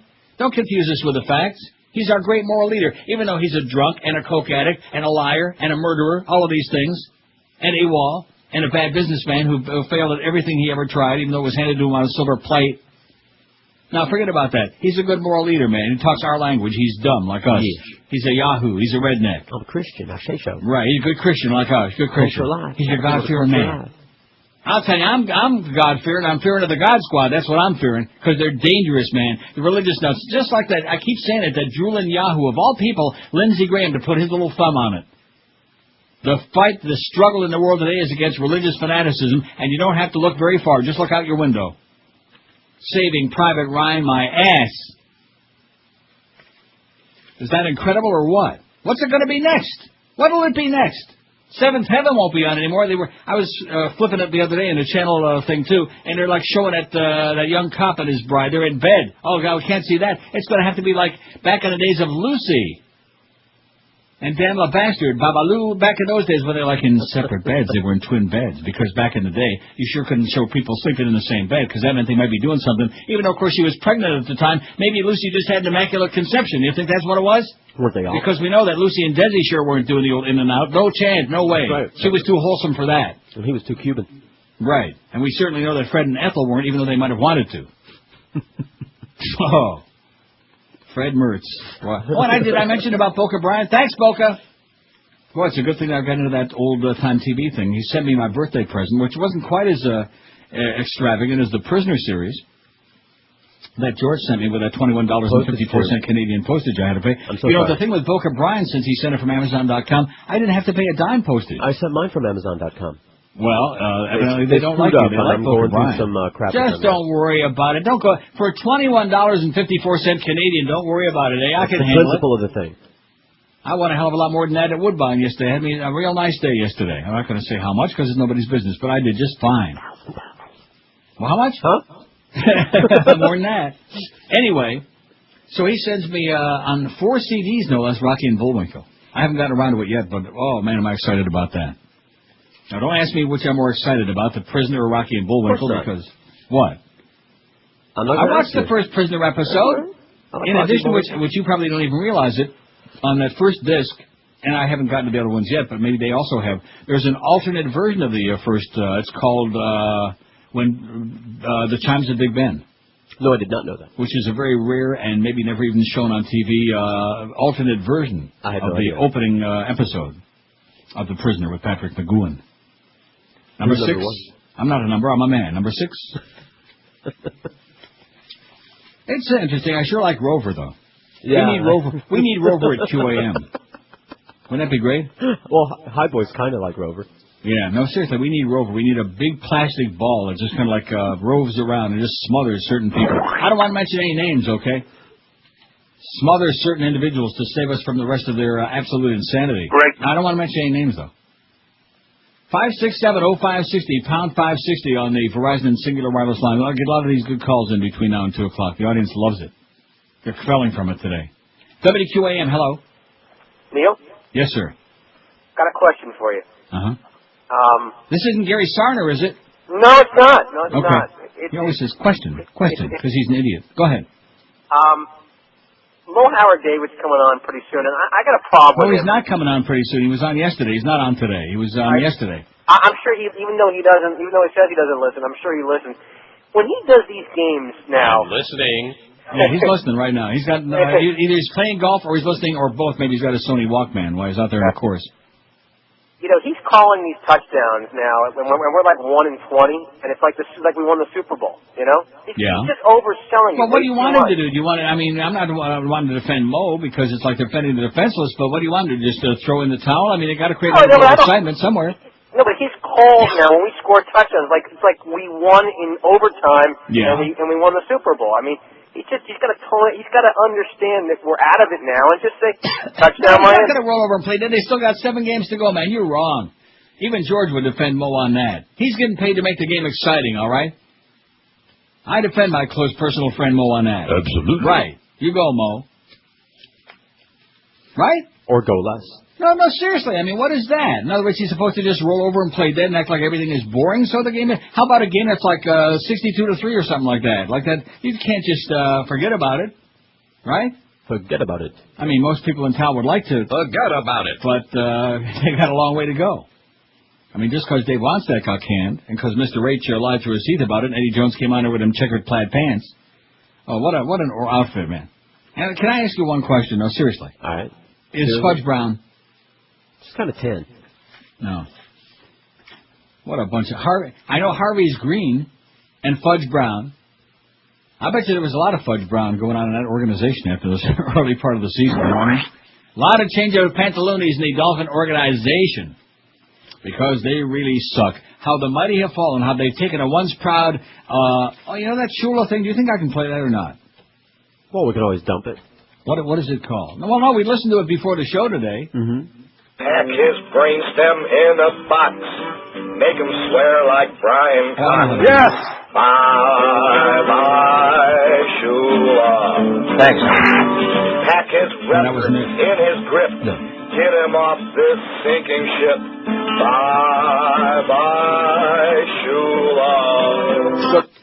He was great, but that was in 1892. Yes!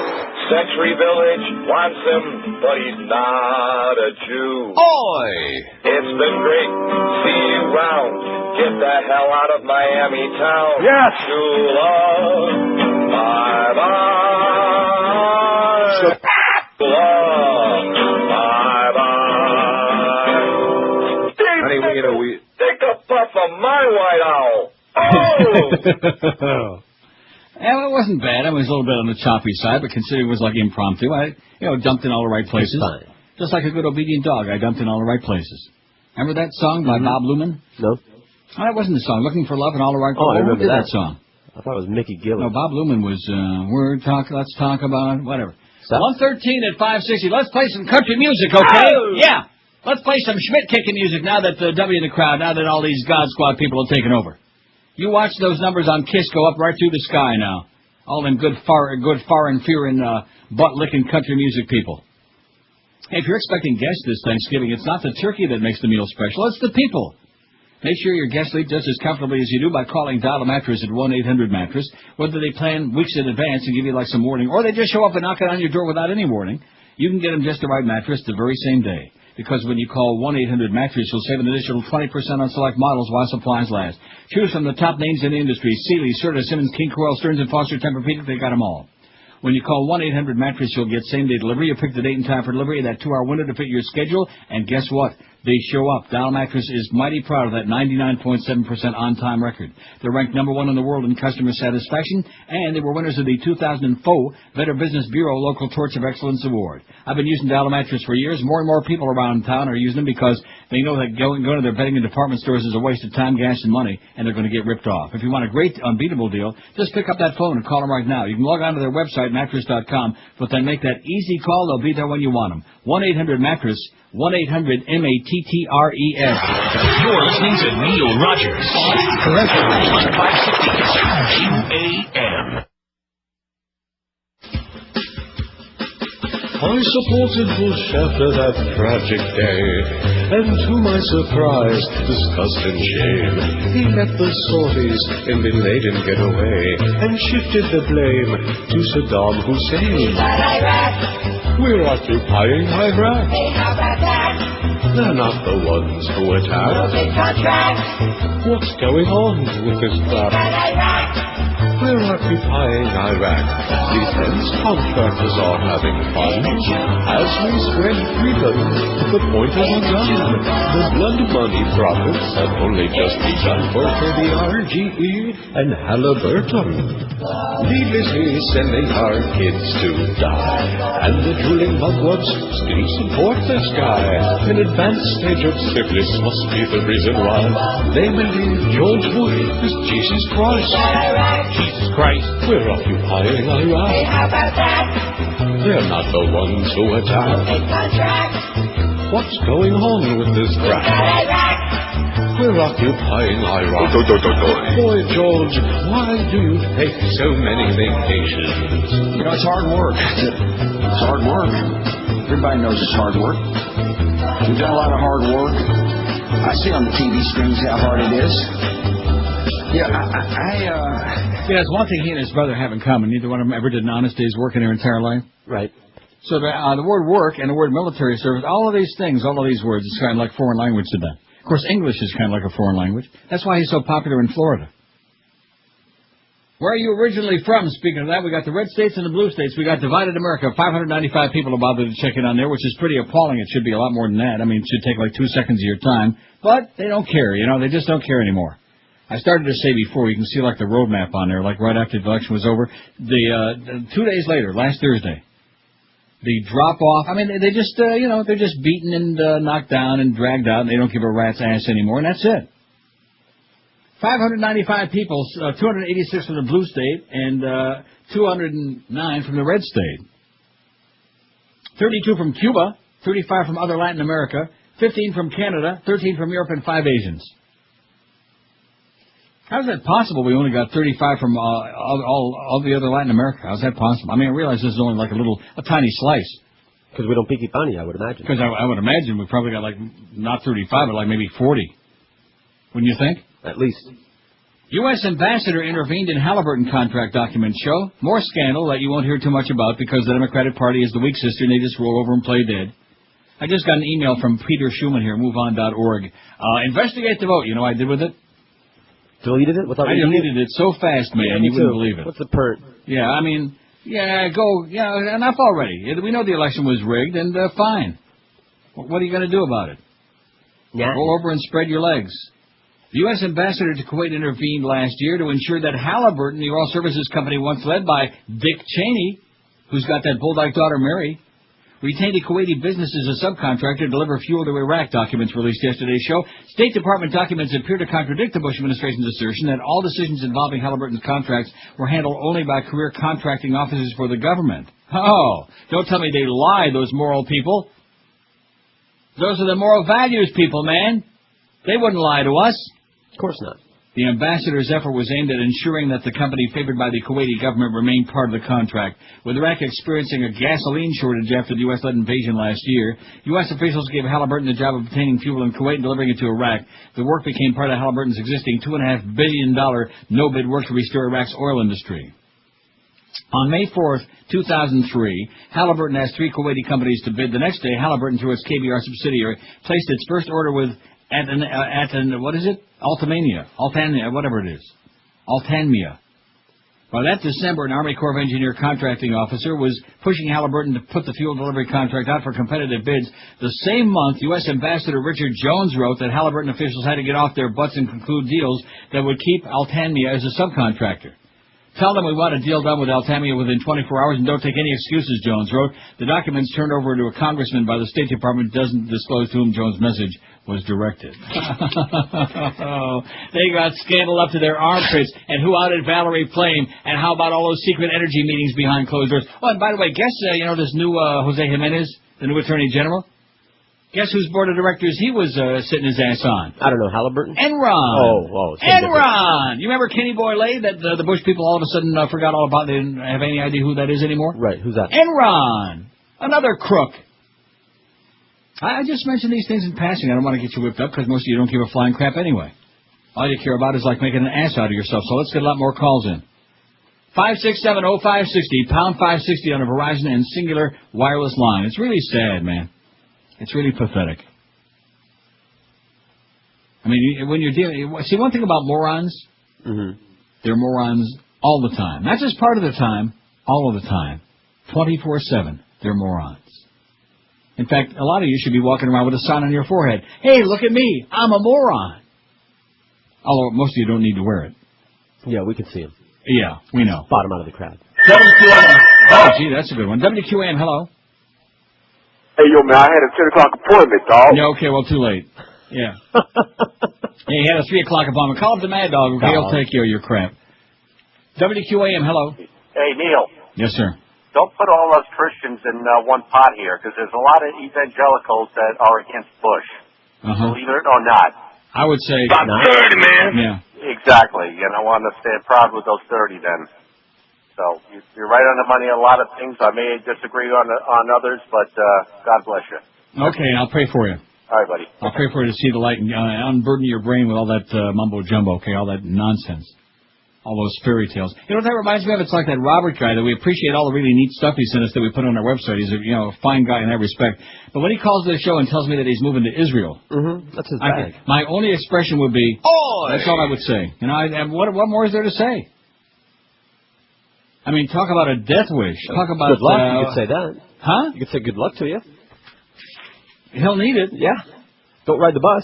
Yeah, don't ride the bus. Don't walk the streets. Don't go to the pizza joint. Go to Israel. Of all the places, I mean, I've so many times that people have said to me, well, you like to travel, and you've been in all these European countries. Why don't you ever go to Israel? I'd rather go to Bangladesh, okay? I'd rather go to Nairobi. I'd rather go to Martinique. I'd rather go to Tanzania. Huh? I'd rather go to Fallujah and take my chances. Well, maybe not. Than to Israel. I just don't get that whole professional Jew thing. That professional Cuban thing, professional Jew thing. I don't understand it. As long as I live, I'll never be able to... what's that all about? I don't know. It's part of the same inculcation, indoctrination, brainwashing. It's just like the religion thing, man. Oh, I'm a professional Jew. I'm a professional Catholic. I'm a professional Cuban. Whatever that crap is. Stop the garbage already, okay? Your government is slaughtering innocent people left and right, man. They're lying like crazy. They're slanting the news. They're putting propaganda on. You can't even watch a movie anymore that was okay to watch 3-4 years ago and maybe 20 years ago because everything is being censored now. We can't even do a fart on the radio now because you got a bunch of Nazis running the FCC and the government and the public is sitting back like that, you know. Oh, did you see Tara's boobie yesterday? There was something with her nipple. I mean, get a life already, will you? I have no life. Yeah, that's the motto in Florida. I have no life. Put up a billboard right in front of your house. Paint it on the roof. I have no life. Instead of putting all those stupid flags out there in front with the American flag and the religious flags, and he has risen all this other garbage, man. I have no life. That's what you need to put a big banner out there, okay? Let the rest of the world know what your excuse is. Tara showed her boobie? Tara boobie. Tara, don't call me Greg Reed. That one. Speaking of boobs. 26 after 1 at QAM. Hey, let me tell you right now about our good friends over at Guaranteed Mortgage Bankers in Deerfield Beach. With over 275 different mortgage programs available to them, they will find a mortgage for you no matter what your situation is. Now, recently, like I've been telling you, they helped a listener of ours who never dreamed in a million years that he'd be able to qualify to buy his own home. Not only were they able to qualify him, but the good news is they were able to present him 3 different options as to the type of mortgages he could get. And they worked closely with him to determine which was best, and then they made it happen, like magic. That's Guaranteed Mortgage Bankers in Deerfield Beach. You can call them toll-free right now or anytime, 1-800-734-6616. Whether you're looking for an interest-only loan, a 30-year fixed rate, or one of the many low-rate adjustable mortgages, Guaranteed Mortgage Bankers in Deerfield Beach has exactly what you'd be looking for. They offer payments as low as $332 for every $100,000 you borrow. And not only will they make your mortgage happen, they will even send you on a cruise. That is correct. After you close your loan with Guaranteed Mortgage Bankers in Deerfield Beach, you can choose one of 6 different 7-night cruises, compliments of Guaranteed Mortgage Bankers. So whether you're looking to buy a new home, maybe an investment property, or just to refinance your current mortgage, these are the folks I want you to call. 1-800-734-6616. On the web, it's GuaranteedMortgageBankers.com. That's Guaranteed Mortgage Bankers in Deerfield Beach, where they'll treat you just like family. 1-800-734-6616. You're listening to Neil Rogers exclusively on 560 QAM. It's Day In Miami town at 560 WQAM. Are you sure? Hello, this is Albert Kaida from Taliban Records inviting you American infidel to buy latest Cat Stevens collection. You know Muhammad is right. Take your head off your body. Got a machete with a real sharp blade. How I wish I had an American hostage. Make those infidels pay. Also including this classic. I was on an airplane and suddenly was detained. They're mad 'cause I converted and wear a towel on my head. I'm being followed by an F-16. What do they want with me? The money from your purchase does not go to fund terrorism, really. It's not time to get off the plane. Just relax and take it easy. You're just dumb, that's your fault. It wouldn't happen if I were a Jew. Fine dark skin and a rag if you want a detainee. Another variation on a classic. I ask myself every day, which American should pay? Tell me, who would Muhammad slay? I'm cutting through the neck of a woman.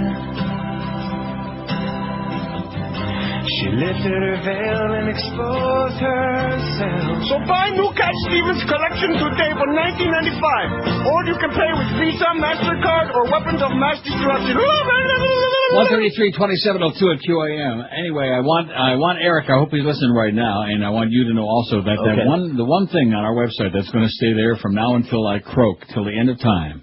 Yeah. Is the front page of the UK Daily Mirror. And it's got the picture of boy. That's got to stay there forever. Other things will come and go, but that one will stay there forever. The one that says, how can 59,054,087 people be so dumb? Jesus Christ. Yeah. It is just absolutely unacceptable and astonishing, shocking. But nevertheless, if you've been listening to our callers today, I think we're starting to give you a little bit of the answer. But just keep that one up, keep that baby up there forever, Eric, please. Cracker, please. WQAM, hello. Hey, is it painful for George entering from the rear? WQAM, hello. Hello. Yes, sir. Yes, this is Steve. Yes, Steve. Is this Neil? This is Neil, Steve. Neil, why don't you put me on in the morning instead of Howard Sperm? I can do that. Listen, anything else, Robin? Yeah. I can do that. He'll be gone soon enough. He's going to Sirius and going to make like $50 million a year or something like that. I send in my resume right away. Okay, you lose. We got Mo and Defo back on. What we're going to have? Some other stupid sports show we'll have on there. You watch, you'll see. The Mofo show. Guaranteed. I'm thinking to myself, like, we are approaching. It's November the 11th. Do you realize that we are rapidly approaching a turning point, a fork in the road? Speaking of that roadmap, fork in the road. Yeah, a fork in the road. In fact, pick it up, and maybe use it for lunch. No, seriously, and because Hank's deal, I think, ends at sometime in December, and the same with Geldy. And Mo, I don't know what his, I think he's got a few months to go there. But we got all these different things going on. Of course, Howard now threatening Stern, I'm talking about, to leave any day. And Sirius may buy out the remainder of his contract, the last 14 months from Infinity, which would leave us also without a morning show. And, you kind of wonder about all of these things. And, of course, what you're telling me is that our sales department is foaming at the mouth because there's another sports station in town. Right. The only thing they got is Joe Rose, which is great. Huh? That's pretty much the... That's all they care about. They don't care about us. They don't care about Stern. They don't care about the things that really, bring in the butter. All they care about is that. And, of course, what if Hank should wind up over there across the street after he's been suspended 3 times now? I was thinking about that in the shower this morning. All the years I've worked in this business, I don't remember anybody, I'm talking about air talent, anybody being suspended for like 3 minutes or 6 minutes, much less 6 weeks. Right. Do you? No. But more importantly, talked about this before the show this morning. I've never heard of such a thing. And yet it's commonplace. It's like ding-dong school, man. It's like kindergarten. Well, you said this, and Screw Ann is pissed off. Of course, she's gone also. By the way, she got canned. So it goes to show, if you stick around long enough, you'll get it. Yeah, that's right. She got hers. So she's gone. But, he looked at her cross-eyed and called her a bunch of stuff, which he was right on target, by the way. Nice going, Hank. You got it, Humper. We're with you all the way, 400%. But, I mean, we're looking at a possible skeleton crew is what we're looking at. I can just see it right now. I can see the Lenny Martez show in the morning. All right. Right? Sponsored by Budget, I'm sure. I can see the Chris Moron show back in the middays again. Huh? And, of course, if the Humper should wind up over there, and what about if we don't get the Dolphin deal renewed? Do you think the Mad Dog is going to stick around if he don't get to be on those Dolphin games? Because I happen to know, beyond a shadow of a doubt, that's his number one love, is doing a color on the Dolphin games, above and beyond anything else. You know that. Right. In fact, when he left IOD, when QM first got the Dolphins, that's why the main reason he bailed out. Jumped ship. Embarrassment. Take the mystery out of it. Oops. So I'm thinking about, how many people do you want to suspend and piss off and screw over and treat like garbage? And it's just, I just don't get this place, man. What happened in such a short period of time? That Springbok came out, we kicked ass, we owned the market, we were killer, man. We were on fire. We were on freaking fire. Like a slot machine that's playing out on every pull. And all of a sudden, things were going a little bit too good, I guess. I don't know. WQAM, hello. Hey, what's going on, Neil? Yes, sir. How you doing, Pally? Pretty good. I was watching one of those goofy sports shows on Sunshine yesterday for a few minutes, and there was Geldy. And oh, no. Next thing you know, they'll get Devo back. John Killer.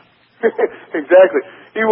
All the other guys were sitting back, chilled. There was like a panel of 4 or 5 guys. Everybody's relaxed and they're talking, no problem. And as soon as Gildy, it looks like Gildy's getting ready to talk, and he looks like he's going to make that noise. As soon as he's getting ready, and the crying noise.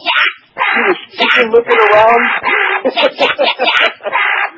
But, keep up the good work, Neil. Thanks. Okay, thanks, Pally. Thanks for the good news. Okay, I'll be sure and avoid sunshine if I ever get within sniffing range of it. Gildy on the tube, man. That's really scary, you know what? Although I've heard that he's got a huge proboscis. That's what they say. Yeah, that's the rumor around the building. Here in this corner of the building, yeah. In fact, you know who told me that? Roy! Where are you originally from? That's our survey today. It's not real sexy. It doesn't require a lot of thought, which is why we're not getting too much response in there. Just 673 people are bothering to check in. This is very important because of this red-blue divide, all you people that want to secede. If you're going to succeed, you got to secede. Blue States, 325. Blue States starting to pull away now. That's good. The New Yorkers are checking in like me, people from New York State. Right. People from all over New York, from Utica and Schenectady and Albany and the city, and from Massapequa and from Fredonia and Depew and Hamburg and Lockport and Ithaca and Canandaigua and Geneva and Rochester and Buffalo and what else? Oneonta. What? It's just a funny sounding name. Oneonta? Yeah. And Binghamton, don't forget, and Endicott, where they make those shoes. You ever been to Endicott? And what about Corning, where they make that glass? Sorry, never been upstate New York. No? No, just New York. You missed absolutely nothing. Oh, in the summertime, those 2 weeks in the summer when it's warm. Yeah. Man, it is beautiful. The wine country, like Canandaigua wineries, fisheries, and the lakes, the Finger Lakes.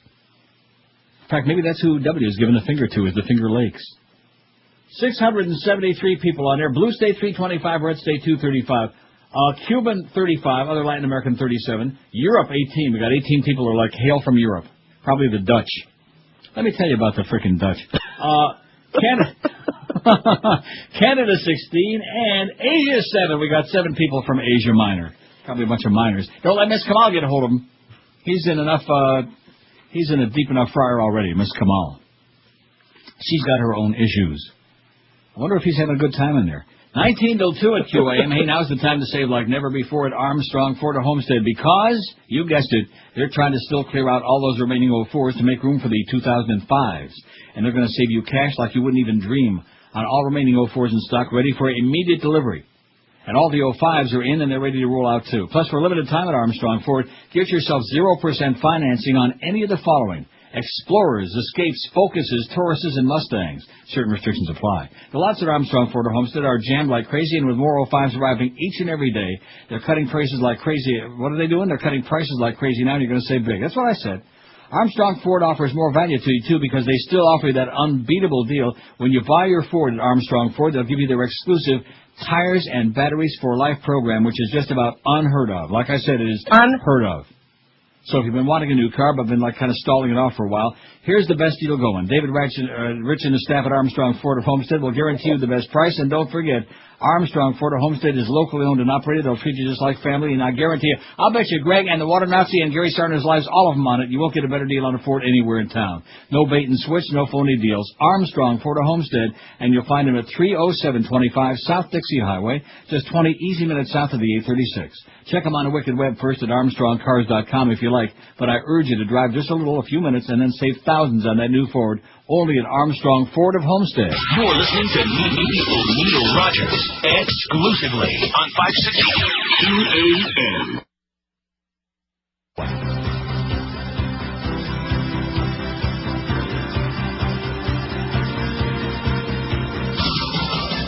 Why did she do it? Liza Minnelli has issues. She should stay away from the booze. Her driver says she beat him up. Like chopped up. She should avoid liquid lunches. When she's gassed up, she throws punches. Allegedly, she likes to fight. And she threw a left hook and a book 'cause of something he said. And she did a suplex on her ex. She threw a lamp at his head. She should be strapped to her bed. I'm dying over here. Well, she's a little neurotic, okay? Runs in the family. She had a neurotic mother, an alcoholic, a pill-popping mother, right? Right, yeah. It runs in the family, baby. That's a good excuse. Of course, I don't know why being so ugly and fat and out of shape and grotesque as she is runs in the family, but nevertheless. I guess Judy probably didn't look good right to the ass end either, huh? Probably not. No, I hear she looked really nasty in the ass end. We are all W's doormat. Newsflash for ordinary Republicans and born-agains. Bush doesn't care about you either, writes Mark Morford, columnist for the San Francisco Gate. He says, this just in, millions of moderate Republicans and gay-terrified evangelical Christians and intellectually non-conservative parents who thought they were doing some sort of good by blindly voting for W and hence protecting their wee ones from swarthy Islamic evildoers who want to steal their kids' crap Lunchables and nuke Disneyland, all should be emerging from a deep fog of savage denial any minute now. Wake. They will, to increasingly obvious fact that their beloved smirking president, the one who seemed to care about them so deeply just a couple of weeks ago, and who reached out to them and promised them a gun-happy, gay, unfriendly moon in exchange for full access to their civil rights and a blank check to do whatever the hell he likes, he apparently doesn't give a damn about them, not anymore. The truth will soon be hitting much of the conservative nation like a redneck smacks a dog. Now that the fear-saturated right has handed this failed oilman 4 more unrestrained years to do his dirtiest deeds and a deeply contaminated, well-greased Congress with which to do it, he no longer needs their support, and he couldn't care less about their moral values or their positions on Social Security reform or the war in Iraq or just what the hell he meant about spending the political capital he claims he's earned by winning the election by the slimmest margin of any incumbent president in history, by the way. Oh, sure, Mr. Bush reached out, didn't he? Mrs. Moderate Republican, he made you a believer. He promised more intolerance for gays and more Bible classes in the White House and more laughably irresponsible tax breaks you don't really need and more dumbed-down black and white good versus evil perspectives that take all the pressure off you having to, think.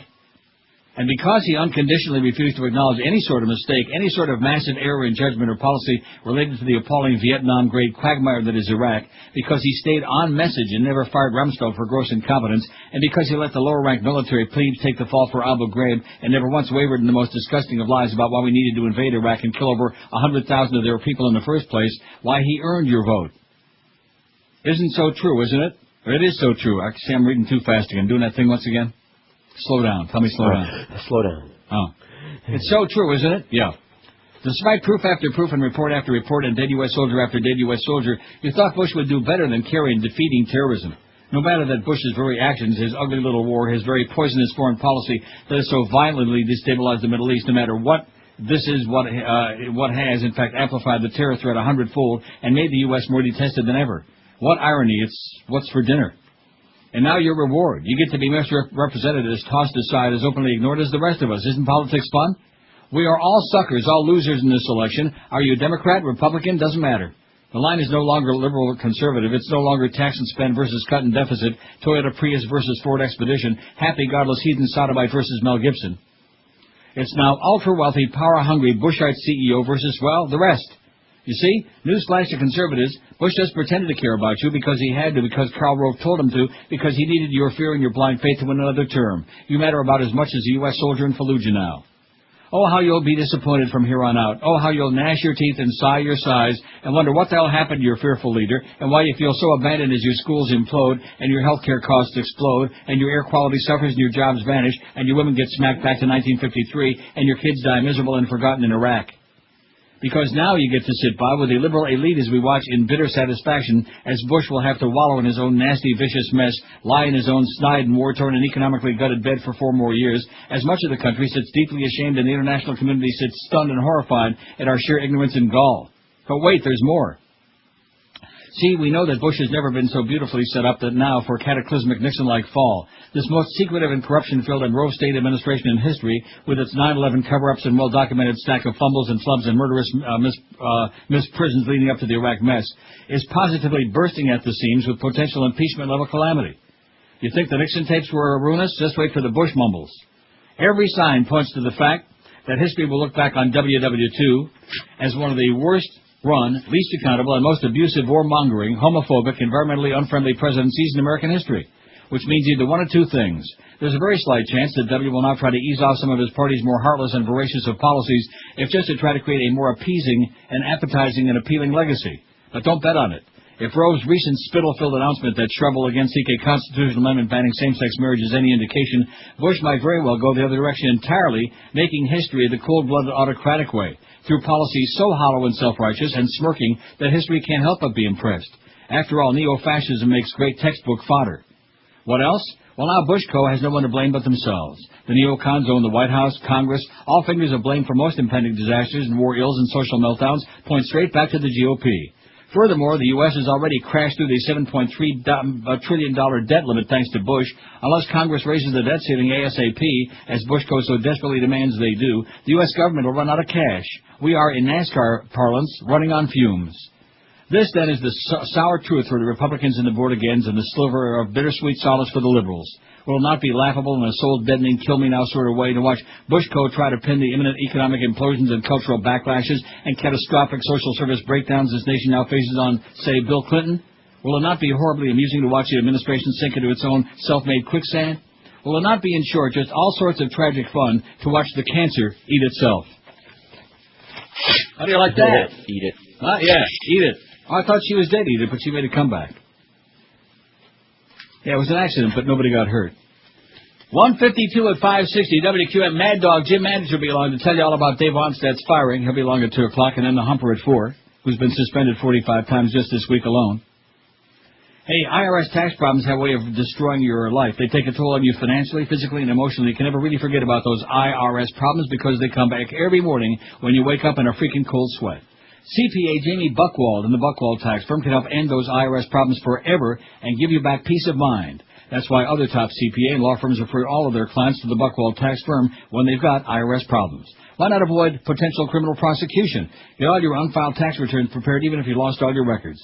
Now suppose you have an IRS lien, a wage levy, owe payroll taxes and penalties. Maybe you'd like to settle for thousands less than you owe, or need time to pay. Whatever your problem, the Buchwald Tax Firm can help you out. They offer you a free initial consultation with no obligation, affordable and guaranteed fees, and immediate, if not sooner, relief from IRS harassment. And best of all, you don't even have to go to those pain-in-the-ass meetings with the IRS because the Buchwald Tax Firm handles all those meetings and discussions. You don't even have to be there. Call them today, 954-575-2800. Whether you owe $10,000 or $1 million in IRS taxes, the Buchwald Tax Firm can solve your problems for you. Call them today for that free consultation or visit them on the web at irsfreedom.com and stop fretting about the IRS knocking down that front door.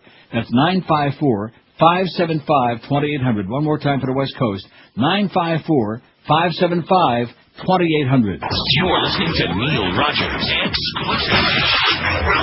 QAM. Gosh, I don't think I ever said I'm not worried about Osama bin Laden. It's kind of one of those exaggerations. Of course we're worried about Osama bin Laden. We're on the hunt after Osama bin Laden. We're using every asset at our disposal to get Osama bin Laden. I don't know where he is. Nor, I just don't spend that much time on it, really, to be honest with you. And, again, I don't know where he is. I repeat what I said. I truly am not that concerned about him.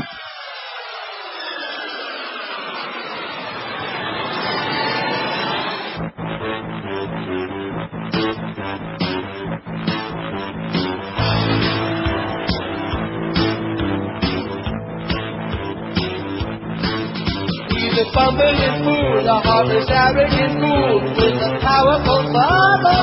Abu Ghraib is so mimic when expressing his views. Jimmy Carter was smarter. You just gotta wonder that the sky is president. You just gotta wonder if they had the brain at all. Turns out intentionally weak, but wants the world at his feet. Life has no value. All the freedom he spreads is leaving everyone dead. That's not the half of the bad news. He's a traitorous bum, the vice president, a criminal. His monumental blunder should let them in jail. Is it any wonder Bush has got too much blood on his hands? 9/11 was enough of a tragedy. He's got too much blood on his hands. 4 more years will be another catastrophe. He's got too much blood on his hands. Time for this guy to go. He's gotta go. Too much blood on his hands. Too much blood on his hands. Too much blood on his hands. Too much blood on his hands.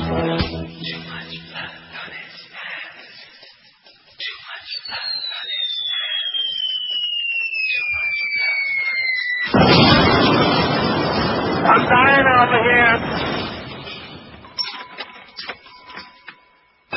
Bye, bye, bye! Our special media riders and sports around the clock.